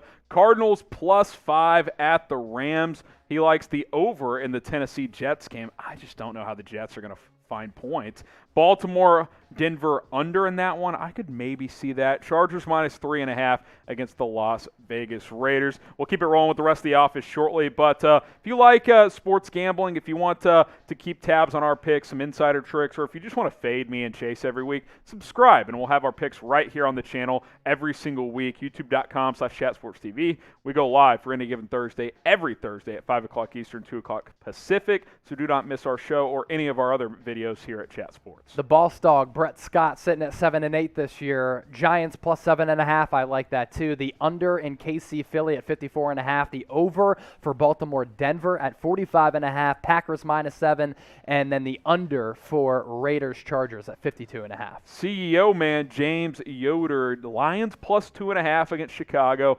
Bills -16.5. He's taking that big spread. That's interesting. Cardinals +4.5. The under in the Detroit-Chicago game, and then Patriots +7.5. That's a tough game, man, with the Tom Brady emotions. I'm steering clear right there. Peep the record for Mitchell Wren, 6-9, Very nice. 69. I like it. Buccaneers 7-point favorites against the Patriots. He likes that. He likes a couple of overs. Over for Arizona Rams, over for KC Philadelphia, the under for Detroit Chicago, and then Raiders. No surprise because he hosts the Raiders Report, +3.5 against the Chargers. Absolutely no bias whatsoever on that pick. Marshall Green, who's also 6-9, he likes Washington -1 at Atlanta. He's picking his G-men +7.5. Might be an emotional pick there. Chargers -3.5 against Las Vegas. Ravens -1 at Denver. Chiefs -7.5 at Philadelphia. Marshall Green is in here. He says the Saints will win, but he thinks the Giants will cover and break his hearts once again. During this betting segment, we're pretty much talking about every team in the National Football League. So with that, this is what I want you to do. Get into the comment section, shout out your favorite team, and show some loyalty to your squad. Let's get the RC Maxfield's picks also at 6-9 on the year. We got a bunch of 69ers in the office. If you're not 15-0, you might as well be 6-9. Exactly right. Browns -2, Bucks -7, over for Carolina, Dallas at 50.5. I don't like that because Carolina's defense is good. Packers -7 against the Steelers, Rams -4.5 against the Cardinals. Keep going, I guess.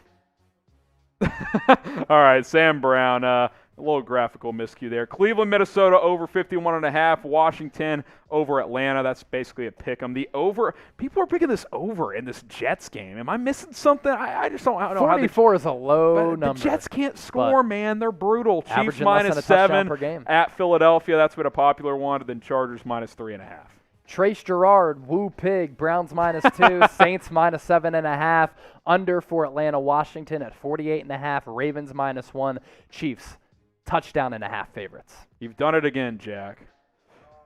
Jeffrey Cooperstein at 3-12. Only I'm worse at 1-14. It's just unbelievable. Lions +2.5, Browns -2, Pack -7. Houston, Buffalo over 47, and then the Tampa Bay Buccaneers going to New England -7. He's taking the Bucs to win and to cover. So those are all of our picks here at Chat Sports this week, and I appreciate you guys for staying tuned. We're going to do this every single week here at Chat Sports. We didn't pick this game during that segment, Chase, because, well, this game's going to kick off here in a couple of hours. We'll pick it now.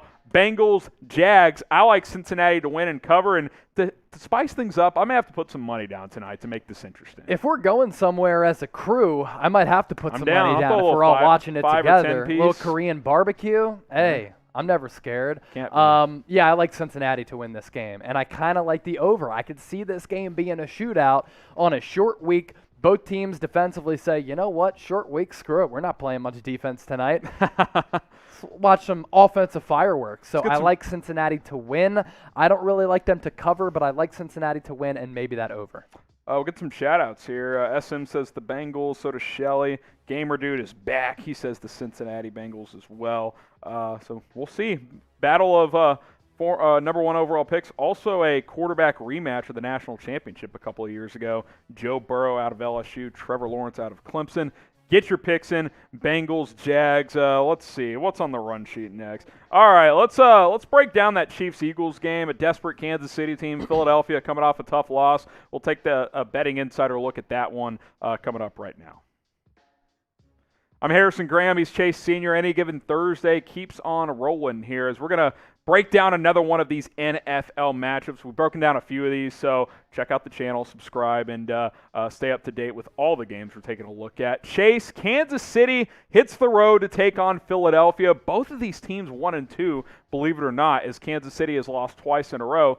Desperate Chiefs team as they come in as 7.5-point favorites. We had a good feeling that heading into this game, maybe the Eagles season wasn't going to get off to a good start because they have a rookie coach. They have basically a rookie quarterback in Jalen Hurts because he's made only minimal starts throughout his NFL career so far. But it's actually Kansas City who is in a more curious spot than the Philadelphia Eagles because everybody was gassing them as Super Bowl favorites, a loaded offense led by Patrick Mahomes. But who would have thought that KC would be going into Week 4 coming off back-to-back losses, first against the Baltimore Ravens on the road and then at home against the Los Angeles Chargers. So that leads a lot of people to believe that KC is going to win this game running away in dominant fashion as 7.5-point favorites. But a lot of sharp bets are coming in on Philadelphia at home after they got embarrassed against the Dallas Cowboys on Monday Night Football. I'm not touching this game, Harrison, with a 10-foot pole. I could see this being a fluky game where the Eagles are able to dominate the defensive interior with a really good defensive line led by Fletcher Cox as well as Javon Hargrave, and they're able to alter and affect what the Chiefs want to do offensively. There's also this. That KC run defense has been one of the worst across the National Football League, Yes. and after Nick Sirianni has been hearing all week, Nick, how did you only hand it off to Miles Sanders twice last week? He's gonna How give did your him the running rock. backs get no carries? I could see him running the football a lot, looking at that same game plan that the Ravens had a couple weeks ago. Yeah, if I'm Sirianni, I'm trying to implement what Baltimore did a couple of weeks ago where they just ran down Kansas City's throats. Predict the score. We'll take a more insider betting approach to this momentarily. So get your score predictions in. Kansas City, Philadelphia. Let us know which team is going to win, and let us know what you guys think the final score will be. We should probably flip this, right? I'm going to take a look at the Chiefs side of things, and then Chase will take a look at the Eagles side of things in terms of what they've done against the spread so far. So get your score predictions in, and then we'll break that down. Okay, Kansas City, 0-3 against the spread. And by the way, and I think Chase can help me here, 1-11 in their past 12 against the spread. Everybody something thinks like that. about the Chiefs as a dominant team. They've won a lot of games, not against the They spread. have not been good in covering the point spread really the last season and change now. So take this with a grain of salt. I like Kansas City to win and cover, but recent history would say that won't be the case. They're 1-2, and they haven't covered in any of their games. Week 1, kind of that back and forth. They were down most of the game. Came back to win it, couldn't cover the spread. I think it was about 6 points against Cleveland. Week 2, up 35-24 in the fourth quarter and get shut out 12-0 in the fourth. Lose 36-35, obviously don't cover in that one. And then lost at home to the Chargers where they were obviously favorites, 30-24. So 1-2 overall, 0-3 against the spread. The overs for Kansas City are 2-1 this year. Last year, the unders were typically the play there. Steve Spagnuolo's defense a year ago played really, really well. That has not been the case this year, although last week the defense played a lot better. The offense had 4 turnovers and put this Chiefs defense in a tough spot en route to 30 points allowed, but the run defense was much better against the Chargers, but you have to factor in that LA team does not like to run the football a ton already. So that's kind of how Kansas City stacks up with how they've performed against the spread so far this year. We'll take a look at the Chargers side of things momentarily, but first, if you want the best NFL coverage here on YouTube, we're the channel for you. YouTube.com/ChatSportsTV. Subscribe to Chat Sports today,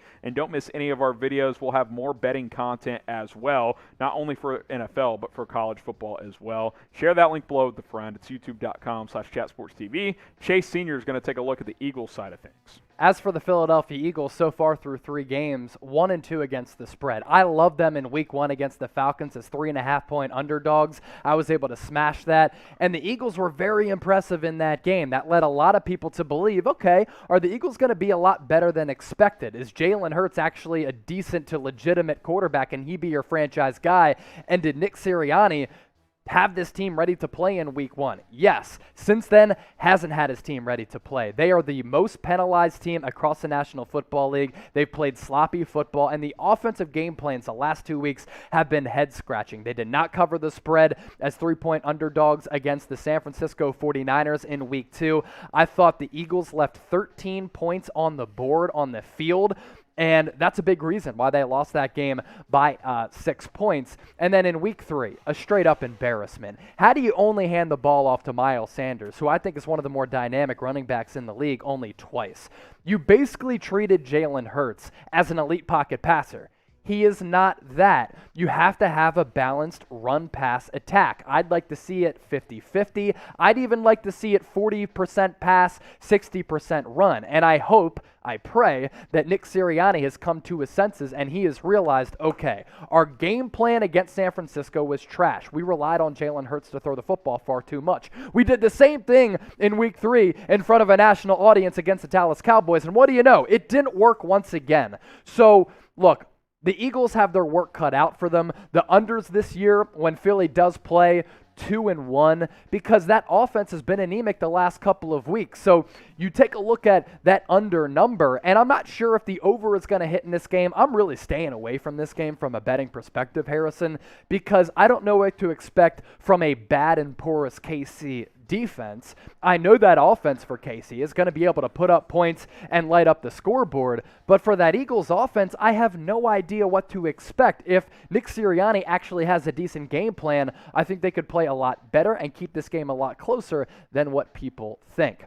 I'm going to be using BetUS to lay some money down on all of the games here during this NFL weekend, just not this one. And if you want to do the same, you can do so and get hooked up with our sportsbook partner, BetUS. You go to chatsports.com/bet, enter that promo code CHAT125, you get a 125% deposit bonus. Yeah, and you look at the betting matchup if you want to bet on this one. Chiefs 7.5-point favorites, the over/under 54.5. I got the Chiefs at -7, and look, I know the numbers say they suck against the spread. They're this, they're that. They're good, but they don't cover. At some point, they're going to cover the spread, and this is the first real adversity we've seen in the Patrick Mahomes era. He has not been below 500 as a starter at any point in his career. So now that you have that, I expect a laser-focused Chiefs team. 4 turnovers a week ago. That is very unlike what this team does. I like Kansas City to cover in this one. I'll get more details on my pick momentarily. Chase, how are you feeling? If you were to bet on this one, what do you think it'll happen? Well, it's classic overreaction from a lot of people out there who are saying the Chiefs Super Bowl window is closed. Oh, it's a joke. This team has a lot of holes. It's not the case, because when you look at the Vegas odds, who is favored to win the Super Bowl right now?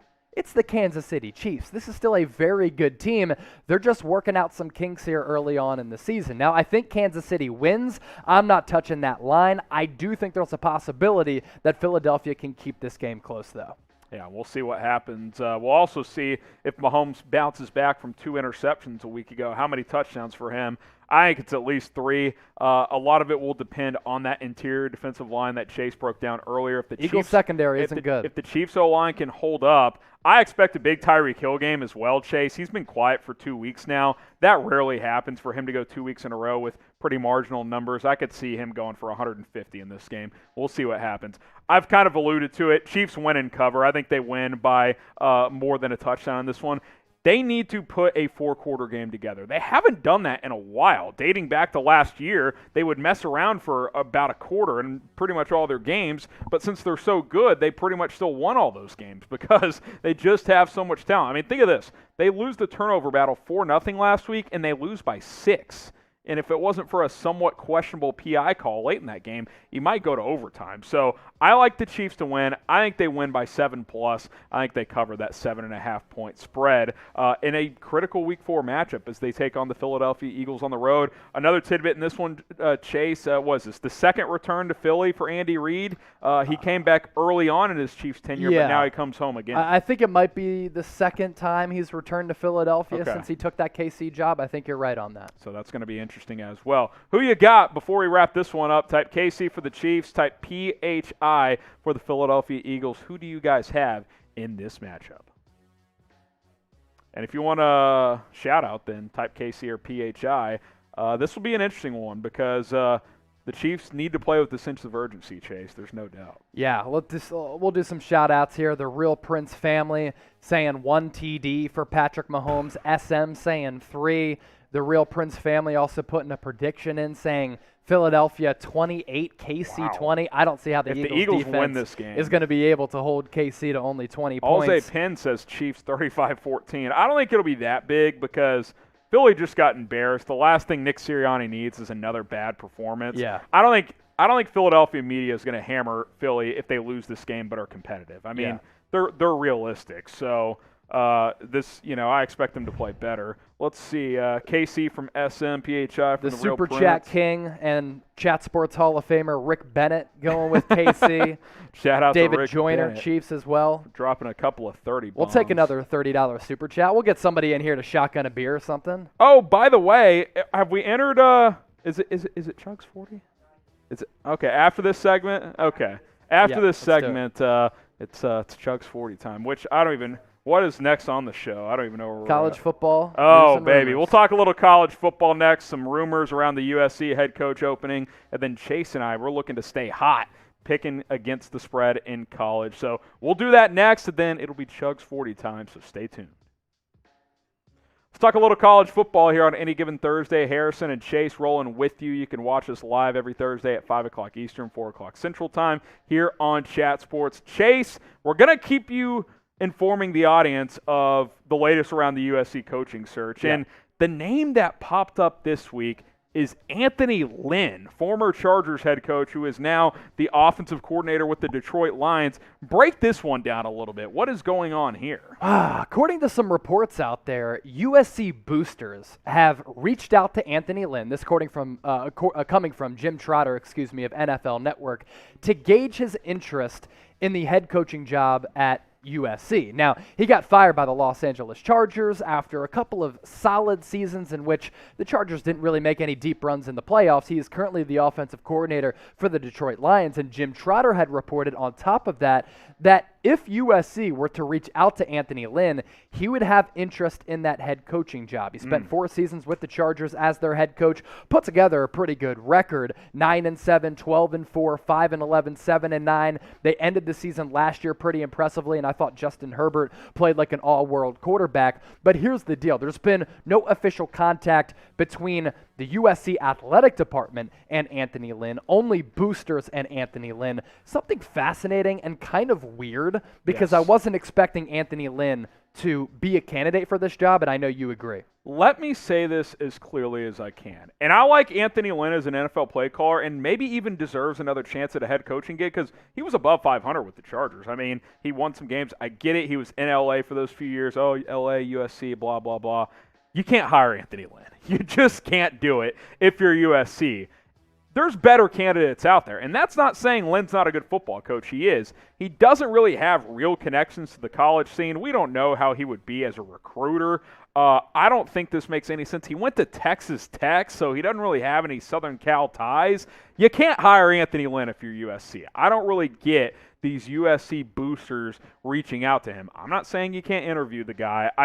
If you settle for Anthony Lynn, I think that's a pretty low bar to set if you're USC when there are some major coaches in college football that I think would be excellent candidates and guys that you should heavily consider before Mr. Anthony Lynn. I do think Anthony Lynn has some qualities and intangibles that would work well for this USC gig. I think he has a personality. I think he'd be able to relate to players. I'd actually have a lot of confidence in Anthony Lynn being a recruiter, but his game management over time for Los Angeles was really, really bad. And I actually don't even think that Anthony Lynn is a bad offensive play caller. No, I think he's good. done a pretty decent job throughout his time in the NFL, especially this year with the Detroit Lions, who don't have any elite weapons on the offensive side of the football. He's done a pretty good job with the Detroit Lions. And I don't think that Anthony Lynn necessarily would be a great coaching candidate for USC, given the brand power that it has. I do like the idea, though,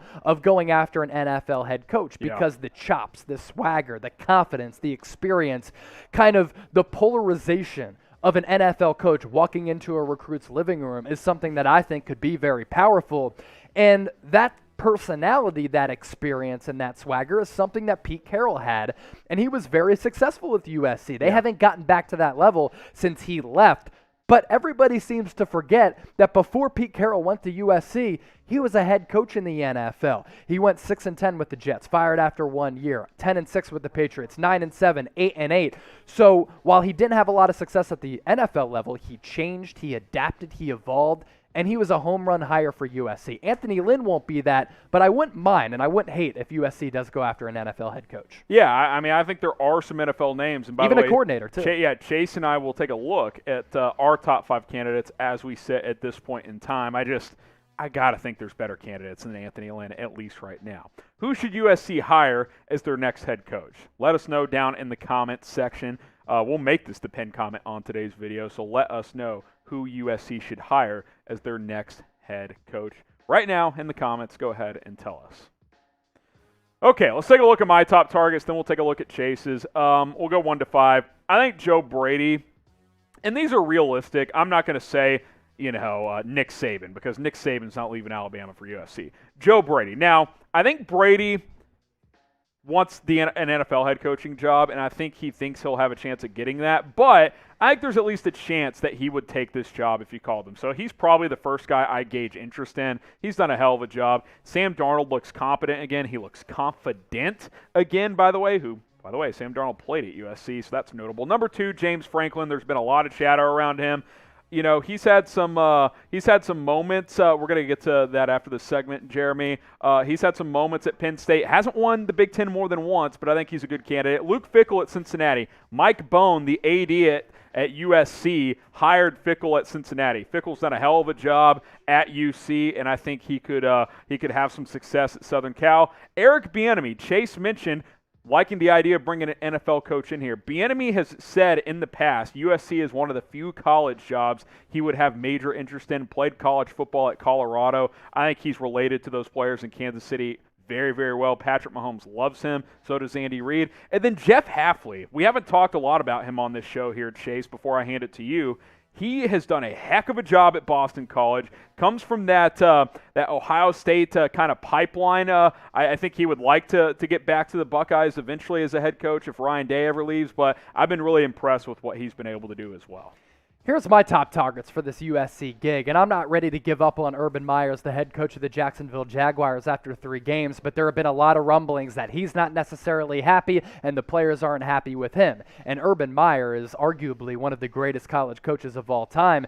No matter where he goes in the college ranks, he turns around programs and he wins a lot of games. He has a career winning percentage of well over 80%. I think he'd be able to bring USC back over the next couple of years. At number 2, Mario Cristobal, head coach for Oregon. I love this because he has done such a great job recruiting at Oregon. They have star-studded talent all across that roster. And what has he done to land some of those top-notch recruits? He's poached them out of the Los Angeles area. So he already knows that area very well. What's the problem with USC? All of those recruits tend to leave USC and go elsewhere across the country. I think Cristobal could help keep those guys home. Number 3, James Franklin. So much buzz about Franklin taking this job and there being mutual interest. If I'm James Franklin, I'm already making $8+ million in rural Pennsylvania. He's turned around Penn State. They're churning out NFL products on a yearly basis. I think Penn State is the second most talented team in terms of player talent in the Big Ten behind Ohio State. And I think Penn State's knocking on the door because Ohio State is down this year. So I'm not leaving something that's certain for something that is uncertain. I like Eric Bieniemy. A lot of talk that if he were to leave for a coaching job in the college ranks, it would be for USC. I think as a play caller and a recruiter, he would do a great job. I like his personality fit. And at number 5, I would kick the tires on this if I'm in that athletic department. I really would. Can you bring back Lane? Has anybody done a better job of repairing their image than Lane Kiffin and Alex Rodriguez? Like, nobody out there. Lane Kiffin has repaired his image. He's got a great personality. I understand the USC experiment they already fired was a him straight-up once. disaster. They fired him once, but what he does from a play design standpoint, I'm so impressed with because he implements spread concepts, but he's not afraid to go power football in certain situations. And I think his offense would work at USC given the talent pool there because what he's doing at Ole Miss right now is awfully impressive. Yes. So I would have some internal discussions about bringing back Lane Kiffin for sure. Man, that would be very, very fascinating if that happens. I love Lane Kiffin. I don't think he'd be interested in going back there, if I'm being completely honest. The best college football coverage on YouTube, It's right here, Chat Sports. YouTube.com/ChatSportsTV. I've converted Chase into being a CFB fanatic. He is all in on college football. I've been all in my entire life. Subscribe. We'll keep chopping up some college football on the weekly here at Chat Sports. Let's get to my college Week 5 picks. I'm feeling really good, and I'm like 14-8, 14-9 this season, so let's continue to shovel out these good picks and make that bread. I think Arkansas getting 18 points in between the hedges at Georgia is just disrespectful. I like Arkansas not to win this game, but to keep it close. They have a very fast defense. They're very physical on both lines. So too is Georgia. I like the matchup there. KJ Jefferson has to play and be healthy for Arkansas to keep this game close. I went to Temple. I've made a lot of money fading Temple and betting against them this year. They are bad. And Memphis is always one of the best teams in the American Athletic Conference. Memphis is only 11-point favorites.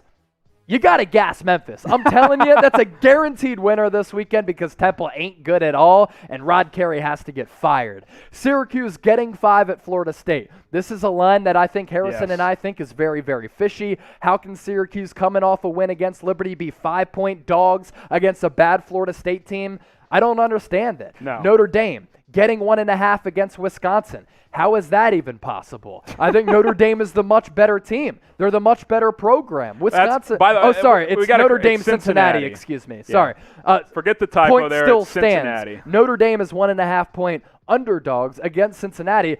I'm just not sure how that's a possibility. And I like Penn State to beat Indiana. Indiana beat Penn State in Week 1 last year on that Michael Penix Jr. phantom 2-point conversion. I think Penn State wins this game, but Indiana's going to be able to keep it close. And I think this game could come down to the wire. It could get a little hairy for the Nittany Lions, but I like Indiana at +13. And then my upset pick this week was Florida State as touchdown underdogs against Wake Forest. So that's my upset pick here. If you want to lay down some money on all of these games, you can do so thanks to our sportsbook partner, BetUS. Chatsports.com/bet. Enter the promo code CHAT125. You get a 125% deposit bonus. You put $100 into your account, you get an additional $125 back. Here's the deal, though. Got to use that link and that promo code. All right, let's get to my picks now. We have some similar ones for the second straight week. Arkansas.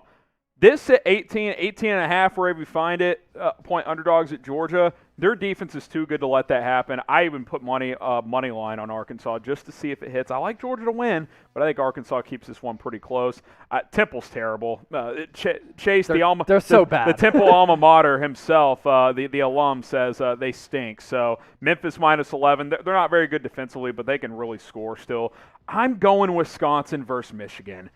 Michigan cannot throw the football, and Wisconsin is the best rush defense in America. They're struggling offensively, but I could see them winning like a 17-12 game, 17-14. It's going to be ugly, but give me the Badgers. Michigan has not won at Wisconsin in 20 years. Syracuse +5 at Florida State. We both have this one.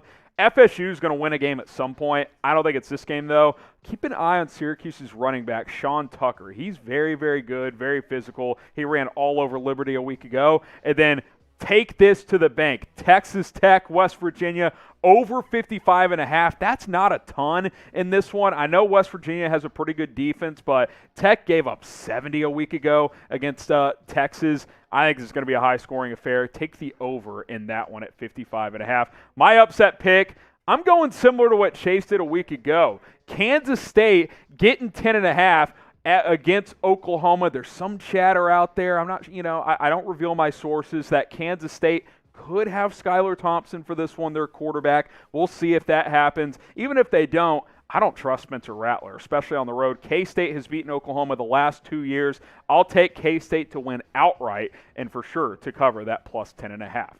So shout out your favorite team in college football. Let us know down in the comments. We asked you earlier. We'll ask you one more time. Shout out your team. Those are Chase and Mi's picks here on Chat Sports.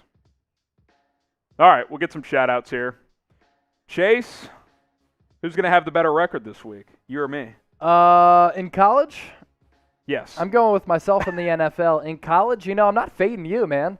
You've been really good. So I think the winning pace is going to continue for you. I'm also looking at our live poll right now. We just got another $30 super chat, by the way. We're up to $95. Who you got on Thursday Night Football? Bengals, Jaguars. 80% of the votes going with the Bengals. I'm with you on that. Probably not a surprise. CNN USC from SM. CNN SM USC as well. Alizai said Ohio State. Boomer Sooner from Clayton. Bears Rock from Liz. Liz, cross your fingers on Sunday. I'm not super confident. We got a couple super chats here before we jump into our next segment. Chris Lauderay. Any relation?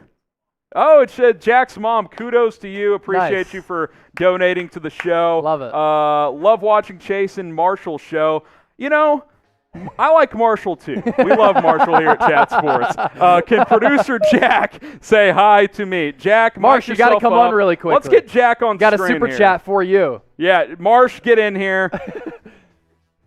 Hi, Mom. He says hi, Mom. There he is. Jack's mom said he's doing a great job. She really likes me and your show. Marsh, come here. Jack's mom isn't a big fan of my work, but here's Marshall. I knew you're smart. I like your son. Thank you for tuning in.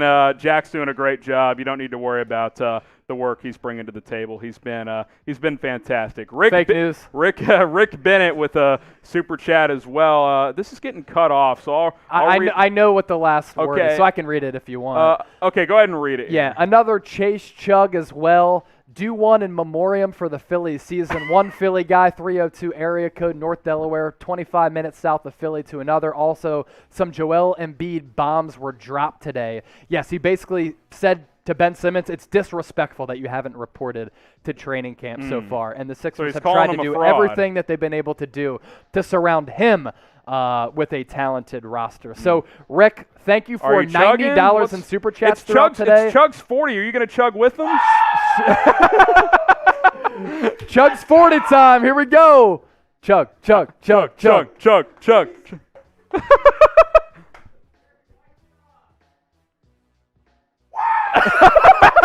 I thought he was going to puke for a Is Chase? second. Are you shotgunning for that 30 piece? I'll shotgun another beer. All right, let's get Give me a warm beer out there Get him a award. so I don't die. SE or frat boy Trace, get it done. Get it done. Chug's 40. Oh, I love Jeremy. A true go. Jack, you're doing a great No job. apologies needed, Jack. You're doing fantastic. Don't All right, be let's get soft this. and Let's get this. apologize to us. Let's get this chug in. Here we go. Mom right. Marshall's Yankee fan. What we got? What do we have coming up here next? What's Okay, we're gonna break down this Pittsburgh Green Bay game shortly, but Chase is going to shotgun this beer real quick. Yeah. So let's get that going. Trace gave me one that was fizzing all over the place. Fizzy Trace. All right, here we go. Don't cut yourself. I mean, when we get the $30 super chats, this is what we have to do. This is what we signed up for. All right, here we go. Oh no, some leakage. Yep, fizzy. Too fizzy. Way too fizzy. Blame Trace for that one. Well, then grab a different one. Why if would you that give me a happens. beer that fell on the ground? That's amateur hour. Aren't you a frat boy? You know better than that. Just brutal. Okay, we're gonna break down Steelers Packers next. We'll take a look at a little betting insider breakdown of this one. Once Chase is mentally prepared. I'm always mentally we prepared. We good over there? Okay, we're gonna. Can't be giving people beers to shotgun when they fall on the Yeah, ground. that's brutal. Trace is getting demoted after that one. All right, here we go. Steelers Packers. He's Chase. I'm Harrison. Any given Thursday, rolling with you here on Chat Sports. If you want to watch our show live every week, you can join us at 5 o'clock Eastern, 4 o'clock Central. All you got to do is subscribe, turn on notifications, and we'll be live at that time. All right, Chase.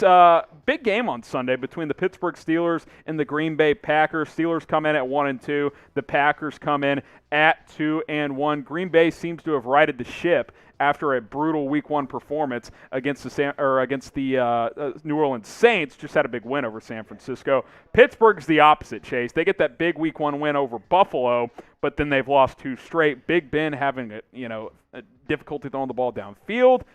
This is going to be a tough matchup for the Steelers, I think. It's going to be a tough matchup for the Steelers, but everybody seems to be gassing Packers -7 as their touchdown favorites. I kind of like Pittsburgh to cover. They're in a desperate territory right now, coming off back-to-back losses. True. Somehow, they were able to beat the Buffalo Bills in Week 1. Now, I don't think Pittsburgh is that good or to that level, But under Mike Tomlin, they have never had a losing season. So now they go into Green Bay. Everybody's talking shit. Everybody's against Pittsburgh, thinking that they suck. And I think offensively, what they've displayed through the first 3 weeks has been bad. It's been abysmal. I think Ben Roethlisberger is washed. He has no arm strength left. He can't push the ball downfield. Yep. But Mike Tomlin always seems to have his teams ready for a game like this. But you measure both of these teams. It's funny because this is a perfect indication of why you don't put a lot of stock into week 1, because weird things happen. Last year, you had the Jaguars beating the Colts in week 1, then they lost 15 straight games. And the Colts made the playoffs. This year, and the Colts made the playoffs, exactly right. This year, Steelers go on the road. They beat Buffalo. They lose 2 straight. Packers, on the other hand, get annihilated against the New Orleans Saints. Then they come back with an impressive win against the feisty Lions team. Then they go on the road and take down a very good San Francisco 49ers team. 37 seconds left. Aaron Rodgers drives the team down the field. Mason Crosby knocks through a 51-yard field goal. And what I saw from Aaron Rodgers with that reaction, he was so pumped up. And I've never really seen him that emotional or that hyped up. I think that was a good indication for how this Packers team is feeling. They have a little bit of momentum. I think they come back home and win this game. I just don't think it's going to be a blowout between two of the best and oldest, most traditional brands in the National Football League. Well, we'll see what happens. Predict the score for us down there in the comments. Pittsburgh, Green Bay. Who's going to win? What's the final score going to be? We'll make this the pinned comment on today's video. Predict the score. Steelers against the Packers. Who you got in this one? After the YouTube ad break, we will take a look at a betting inside look of this game. Not much of a surprise here with the Steelers being 1-2 against the spread. Josh Allen just was not good for Buffalo in week 1, and Pittsburgh offense, even though they were bad, still able to escape with a monumental 23-16 win. Week 2, it was a bad loss for Pittsburgh at home against the Raiders. It looks as though the Raiders, though, are pretty legit. And the Bengals were a team that I pinpointed prior to the season, Harrison, that I thought were going to be a lot better than what people had anticipated. And that seemed to come to fruition in week 3 with the Bengals taking down the Steelers 24-10. That has not been the case throughout this rivalry's history. It was the case in week 3 with Cincinnati coming through with a big dub.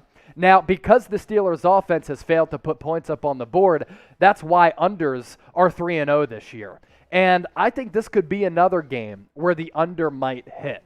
I know that the Packers' offense is legit. I know that they have some weapons. But outside of Devontae Adams, who really scares you all that much? And this Steelers secondary is pretty legit too. So I think the under could be in play again. And if that's the case, Steelers' unders will be 4-0 this year. We'll take a look at the Packers side of this after their week 1 loss, but 2 straight wins. If you love the NFL, if you love betting on sports, we're the channel for you because we keep you guys up to date on the latest NFL news and rumors. But we've also been ramping up our sports betting tips, our insider look on how to make some money throughout football season. So subscribe. Join us every single week. It's youtube.com/chatsportstv. Okay, Packers are 2-1 against the spread this year. Like Chase said, week 1, sometimes you see weird results. That I don't, Aaron Rodgers' weird offseason. I don't know how you explain it. Emotional New Orleans with everything they were dealing with. I just flush that game, like Jalen Hurts said. You just flush it and move on. We've seen the Packers of old the last 2 weeks. Take care of Detroit with a strong second half. Get up early on San Francisco, and after the Niners rally to take the lead late, Aaron Rodgers drives them down. They win both those games. They cover in both those games as well. The overs are 2-1 for the Packers this year, so kind of conflicting styles. Good Packers offense, really good Steelers defense. Packers defense isn't great. Steelers offense isn't great. Something's got to give here. The overs are 2-1 in these Packers matchups so far this year. So that is certainly something to keep of note as well. But you look at how these teams are trending. Really, logic would tell you that Aaron Rodgers and Green Bay should win this game fairly easily. But it's Vegas. They seem to know everything going on. They seem to think it's going to be about a touchdown game. So we will see how it shakes out. But I really like Green Bay. I'll give my official pick later on in the show. Appreciate all of you for making any given Thursday a part of your day as we're giving you this betting segment here for Packers Steelers. If you want to lay down some money on this game or any of the games in Week 4, it's certainly a loaded slate. We can get you hooked up, and you can do so thanks to our sportsbook partner, BetUS. If you go to chatsports.com/bet and enter the promo code CHAT125, you get a 125% deposit bonus. There isn't a sportsbook out there that has a better deal to offer than this one. So get hooked up, chatsports.com/bet, enter that promo code chat125 and lay that lettuce down and be a man. If you like the Packers -7, well, that's what the line is right now with BetUS. Like we said, link below. This is an interesting one because, like you said, Mike Tomlin, in recent years, people have said, is it time maybe for a new voice in Pittsburgh? But he keeps winning games. I mean, a 12-win season a year ago, despite clear hindrance from his quarterback and Ben Roethlisberger. The over-under at 46. That's a tricky one, Chase. I don't know if I'd touch the over-under in this one. It's a little bit too low. It's in that intermediate zone that I don't like. Yeah, exactly. Give us your pick. Give us your analysis. What's going to happen in this one? Yeah, I think the Steelers do keep this game close. I do think that they cover the +7. Getting 7 on the road for Pittsburgh, a well-coached team, I think you just have to take the value there. I think they cover. I do think they lose, though. I think Green Bay the last 2 weeks has gotten back to what it does well. And I think that Aaron Rodgers saga carried over into week 1. I think they've tried to flush it. So Steelers cover, but they lose. Who's had the better career? Because, that's a Big good Ben has question. 2 Super Bowls. Aaron Rodgers certainly has put up better numbers. Which career has been better? Type BR for Big Ben, type AR for Aaron Rodgers. I still would take Rodgers, even though it's one less ring, because some of the numbers he's put up are just simply historic, especially that TD interception ratio. But let us know in the comments. Give us a BR or give us an AR. I'm going to go Packers win and cover. And look, I get it. Pittsburgh's a well-run team. They've got a good defense, but I think Big Ben sucks. I'm sorry. He should have retired. Obviously, he had a lot of financial reason to come back, even though he took a pay cut. Still has a lot of money to make this year. But I think Green Bay has hit its stride. I think Aaron Rodgers recognizes that the NFC North is a division that he can potentially put away somewhat early this year. So you win this game, you get to 3-1. Maybe the Lions beat the Bears; they're both 1-3. The Vikings are 1-2. The Packers might be smelling blood in this one, so I'll go Green Bay by at least 10 points. I think they win this game. If it was in Pittsburgh, I'd feel differently, but Packers typically play very, very well at home. I think they win, and I think they cover. So who you got? Type PIT for the road team, the Pittsburgh Steelers. Type GB for the home team, the Green Bay Packers. Get your votes in. Let us know who you got in this matchup. And we can get some shout-outs here before we get to our final segment. Actually, let's ask this question. Favorite NBA team? Yeah. Because we're going to do a little Nick segment on our final show today, the final word. Favorite NBA squad? Get those squads in the comment section right now. I'm going with the Sixers. Obviously, Harrison, you're the Dallas guy. You're going with the Mavericks. But who is your favorite NBA squad? Alizé Pin, he tunes into almost everything we do here at Chat Sports. Appreciate you being a loyal watcher and viewer. He's going with the Golden State Warriors. Hey, I can't wait for the Warriors. We got to bring Marsh back in here. Marsh. Shelly Dahlman, Raptors. SM, Lakers. Jack Laudere's mother, Chris, who was so nice to donate $5, said she meant Harrison, not Marshall. So not a fan of Marshall Green's work. Yeah, we'll see ya. We'll see ya. He said he still loves you, Mrs. Lauderay. We appreciate it. That's good stuff. Some good laughter here on a Thursday. Lakers coming in. We got a Hornet. How about being a Hornets and a Cavs fan? That's that's a miserable. Hornets and Cavs from Mark Gabbert. That's wow. Celtics from Chris Lauderay. Oh, that's funny Clam stuff. chowder. All right, let's get to the final word. You ready to talk some Knicks, man? I'm ready to talk some Knicks, man. The New York Knicks. Yeah. Should be a big season for Let's get Tips it. and the boys. Let's get into it. All right, it's time for the final word here on Any Given Thursday, our last segment for every live show on Thursdays with myself, Harrison Graham, and Chase Sr. as well. The New York Knicks get the final word today. We're going to take a look at 3 superstars they could try to trade for. But first, Chase, let's kind of break down where this roster sits. We're into training camp now, the season about 3 weeks away.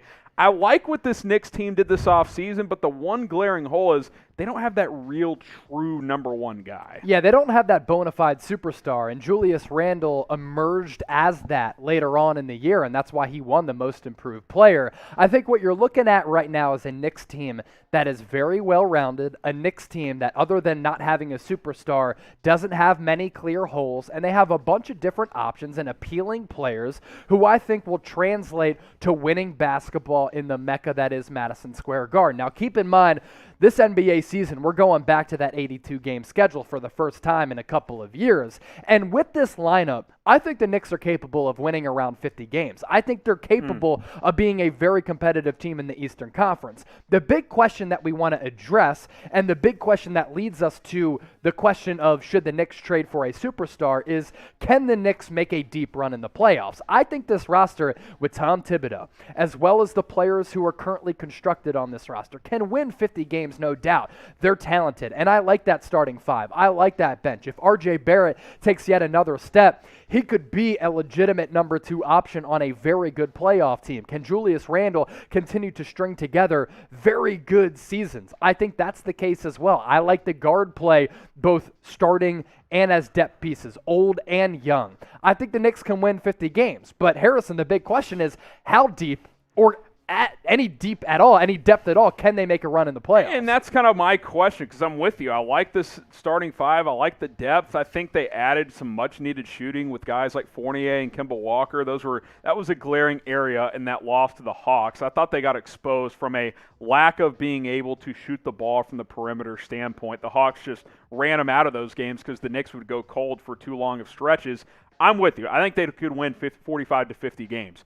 Can they win a playoff series or two, though? I think if you're the Knicks, the next step is winning a playoff series. I don't think anyone thinks this team should make the NBA Finals or even the conference finals, but can you win 47, 48, maybe even 50 games? Can you win a 4-5 matchup type of series and be competitive in a second round? If you can, you're going in the right direction, and then you're even more appealing to attract a superstar if you're not already. Right. Again, we're going to get to 3 players that the Knicks could try to trade for at some point, either before the season or maybe even during the season before the NBA trade deadline. So, with that being said, should the Knicks trade for a superstar? Type Y for yes, type in for no. We'll make this the pinned comment on today's video so you guys can scroll on down and answer right there.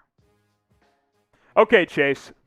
3 guys that we're taking a look at here that the Knicks could trade for. Let's talk Karl Anthony Towns. So Karl Anthony Towns has made it known that he wants to stay in Minnesota to team up with D'Angelo Russell, Anthony Edwards, to see if they can finally end that playoff drought. But if this season gets off to a disaster and Minnesota wants to get a haul back for Karl Anthony Towns and they think that he could bring back a bevy of assets, maybe Karl Anthony Towns will be on the trade block. Now, the numbers that he put up last year and the numbers that he's put up his entire career are very, very impressive. And Karl Anthony Towns on this current roster, I think would be able to flourish. I think he'd be able to excel. Last year, 24.5 points per game, actually just a tick under 25.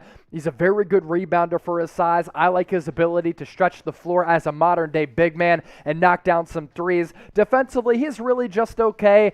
Decent passing big man as well. But Karl Anthony Towns, Cat, has been included in a lot of trade rumors over time. And I think if the Timberwolves get off to a bad start, they already fired Gerson Rosas as their general manager. There's some influx in that organization. They've been bad for a really long time. Maybe they decide to hit the reset button, and if they do that, they could trade away Cat, and I think the Knicks would be a very, very good destination. This is an interesting name here, Chase. Donovan Mitchell, because the Utah Jazz are obviously a team trying to contend in the West, got the number 1 seed last year. An injury here or there, otherwise maybe this team makes the NBA Finals a year ago. What's the angle here? How could a D-Mitch trade become a possibility? So Donovan Mitchell, according to Dwayne Wade, who has an ownership stake in the Utah Jazz, isn't necessarily happy with everything going on in Utah. And it's somewhat understandable to see that. It's a very small market. The Utah Jazz don't necessarily get a lot of attention because of where they play. This is an underknown story that Donovan Mitchell has been one of the better developmental stories across the league. No doubt. And right now, he is one of the best scorers in the league. And I think the fabric of what he's about as a person, as a player, his pops played in Major League Baseball. He's so mature for his age. I think he'd be able to deal with the pressure of New York City and the Big Apple. And honestly, I think he might be the best option of these 3 players for the Knicks to go after because of what you give up and also the long-term impact and his fit on this team depending on what you give up. I'd love D-Mitch in New York City, and I think D-Mitch would love being in New York City. We got one more name to get to, and it's a big one, so stay tuned. Subscribe to the fastest-growing Knicks channel here on YouTube. We crossed 2,000 subs a couple of weeks ago. You guys loved our training camp preview, so we'll continue to pump out videos when we can here on the channel. Here's the deal. we have 6 NBA channels here at Chat Sports. So the Knicks are lower on the totem pole, so we need more subscribers. We get more subs. Chase and I will do more videos. I can promise you that. We just have a lot of teams and channels to cover. YouTube.com/KnicksTV. Subscribe. That way we can do more videos for you Knicks fans. I like this last one, Chase, and we heard a lot of chatter from Zion's family. Oh, let's get him to a big market, New Orleans. You better win this year, otherwise Zion could demand a trade. This is the third season for Zion Williamson. He has certainly lived up to the hype. His numbers last year, I didn't realize he averaged 27 points per game. Look at the field goal He was percentage. phenomenal. Now, he's coming off a foot surgery, which concerns me given the weight and how he plays. And because he's a physical specimen, using that big body to basically dominate on the court from a physical fashion. But last year, his numbers were incredible. I mean, he shot around 61% from the floor, 27 points per game. But there's this. This is his third season, as I mentioned. He's already on his third head coach, Alvin Gentry, Stan Van Gundy, now Willie Green. They have failed to make the playoffs in each of his first 2 seasons. If they don't make the playoffs this year, that's a disaster. And it's kind of the same conversation with Karl Anthony Towns that it is with Zion Williamson. It's these young stars who maybe are happy with their organization at the start. But over time, it becomes dysfunctional, and they grow frustrated because they want to have postseason success. They want to be able to compete for NBA championships. And Zion Williamson's family has let it be known that he's not necessarily happy in New Orleans. They're not necessarily happy in New Orleans. And Zion has said last year, he's like, man, that's my favorite place to play. I would love to play in New York City. So let's gas up these rumors. Zion to New York. Let's make it happen. He would already go from being like a worldwide sensation to just a global mega superstar if he's able to stay healthy. It would be absolutely fantastic. So pick one, Knicks fans. KAT for Karl Anthony Towns. Type DM for Donovan Mitchell. You can type ZDub for Zion Williamson. Go ahead and let us know which out of these 3 you would like to trade for. For me, it's simple. Maybe Donovan Mitchell's a better player right now. Zion's the man. He's my guy. You want to talk about get your popcorn ready, box office, New York City, the Garden. That's Zion Williamson, man. He's built to play in the mecca of basketball, and that is the Garden, even though they haven't done a lot of winning in recent years outside of last year, of course, where the Knicks were very impressive. If you can get Zion Williamson to New York City, that would be absolutely electric. The Garden would be popping. Jay-Z would be coming back to games. He'd be like, "Screw the Nets. We're going back to the Garden, baby," and it would be absolutely fantastic. So if I could pick one, it's definitely Zion. I'm actually going to disagree with you. If I'm the general manager, if I'm the owner of the New York Knicks, I'm looking at this roster and I'm like, we're very, very good. We're one superstar away from being an Eastern Conference title contender. And there's also this, right? I'm trying to concentrate as people are smacking their asses out there. It's getting wild here at Chat Sports. I'm thinking of what I need long term. Who's the best option long term? I think it's Donovan Mitchell. He doesn't have the health concerns of Zion Williamson. I'm not worried about his body year in and year out. Zion might not be able to control that, and I feel bad for him if that's the case, but Donovan Mitchell gives you the most modern day value in my opinion. That is a go-to scorer at the guard and wing spots, and I think that nowadays in the NBA, you win championships with wings as well as guards. That's why I'm going D-Mitch over Zion Williamson. I was able to execute that flawlessly as people were flashing me, smacking their asses, and smacking the fireball back. Subscribe to our Knicks channel. It's youtube.com. I don't need to see Jeremy Chuggs' belly button. youtube.com/KnicksTV. Chuggs40 was hoping we'd get to the 40 mark. He's rubbing his nipples now. It's not going to happen. Appreciate you guys for being good sports. Hey, Knicks, go trade for a superstar. All right, before we sign off, and it's been a really fun show. We got another super chat. Appreciate everybody super chatting. Get your votes in. We'll give some shout outs. CINJAC. We'll come back to this. Shout out to Jack's mother again. We're also 2 cents away from $100 in She super loves chat. my shows as well. We got to get there. Does anyone support Chat Sports better than Miss Chris Lauderay? I don't think so. Thank you very much. We work very hard. Let me tell you this, and this is with all sincerity. We couldn't do it without people like your son getting it done behind the scenes, building all the graphics for us earlier today. He was just knocking stuff out. Thought we were going live an hour before we were supposed to go live. He said I might have a heart attack. He did not. He's okay. He's been a good sport today. He's getting it done. Round of applause to Jack. His face is getting red. We love Jack. He's been an awesome addition to the team. Really excited to have him down here. Before we sign off, who you got? Thursday Night Football, CIN for the Bungles, JAC for the Jags. I hope we get a good game, man, because there's nothing worse than ugly football on Thursday night, Chase. No. And let me say this. We're at $99.98 in Super Chats. In the next, minute, if we get even $1, Trace is going to come on screen and he's going to beer bong a beer. We got to get to $100 in Super Chats. Trace is ready to chug. We got to do it in the next minute. Get us 2 cents. Let's get to the century mark. We can't be frauds, and we're frauds if we're under the $100. Can we not round up? We can round up. Well, okay. Let's get some. We'll give a few shout-outs while we wait for that possibility. CIN from SM. We got Get Mark the beer Gabbard bong ready, Gerard. CIN. SM says Z-Dub. Get in there, THT. Try hard Trace. That's what we call him here. CIN for SM. We got Keegan going with the Bengals as well. Oh, goodness. I don't think we're going to get it, man. That's all right. We're gonna go ahead and put it up, Trace. It's not happening. Live show every Thursday because it's called Any Given Thursday. You guys are the best. Shout out to all the super chatters, Chris Lauderay, Rick Bennett. You guys have brought it. To everybody else, we appreciate you guys as well. Producer Jack crushing it behind the scenes. Shout out to James Yoder for trolling the entire world on the internet this week. And then, hey, Chase and I think $100 will get us back for another show, so we'll take that. We'll see you guys next week. Subscribe. We'll be back live every Thursday, 5 o'clock Eastern.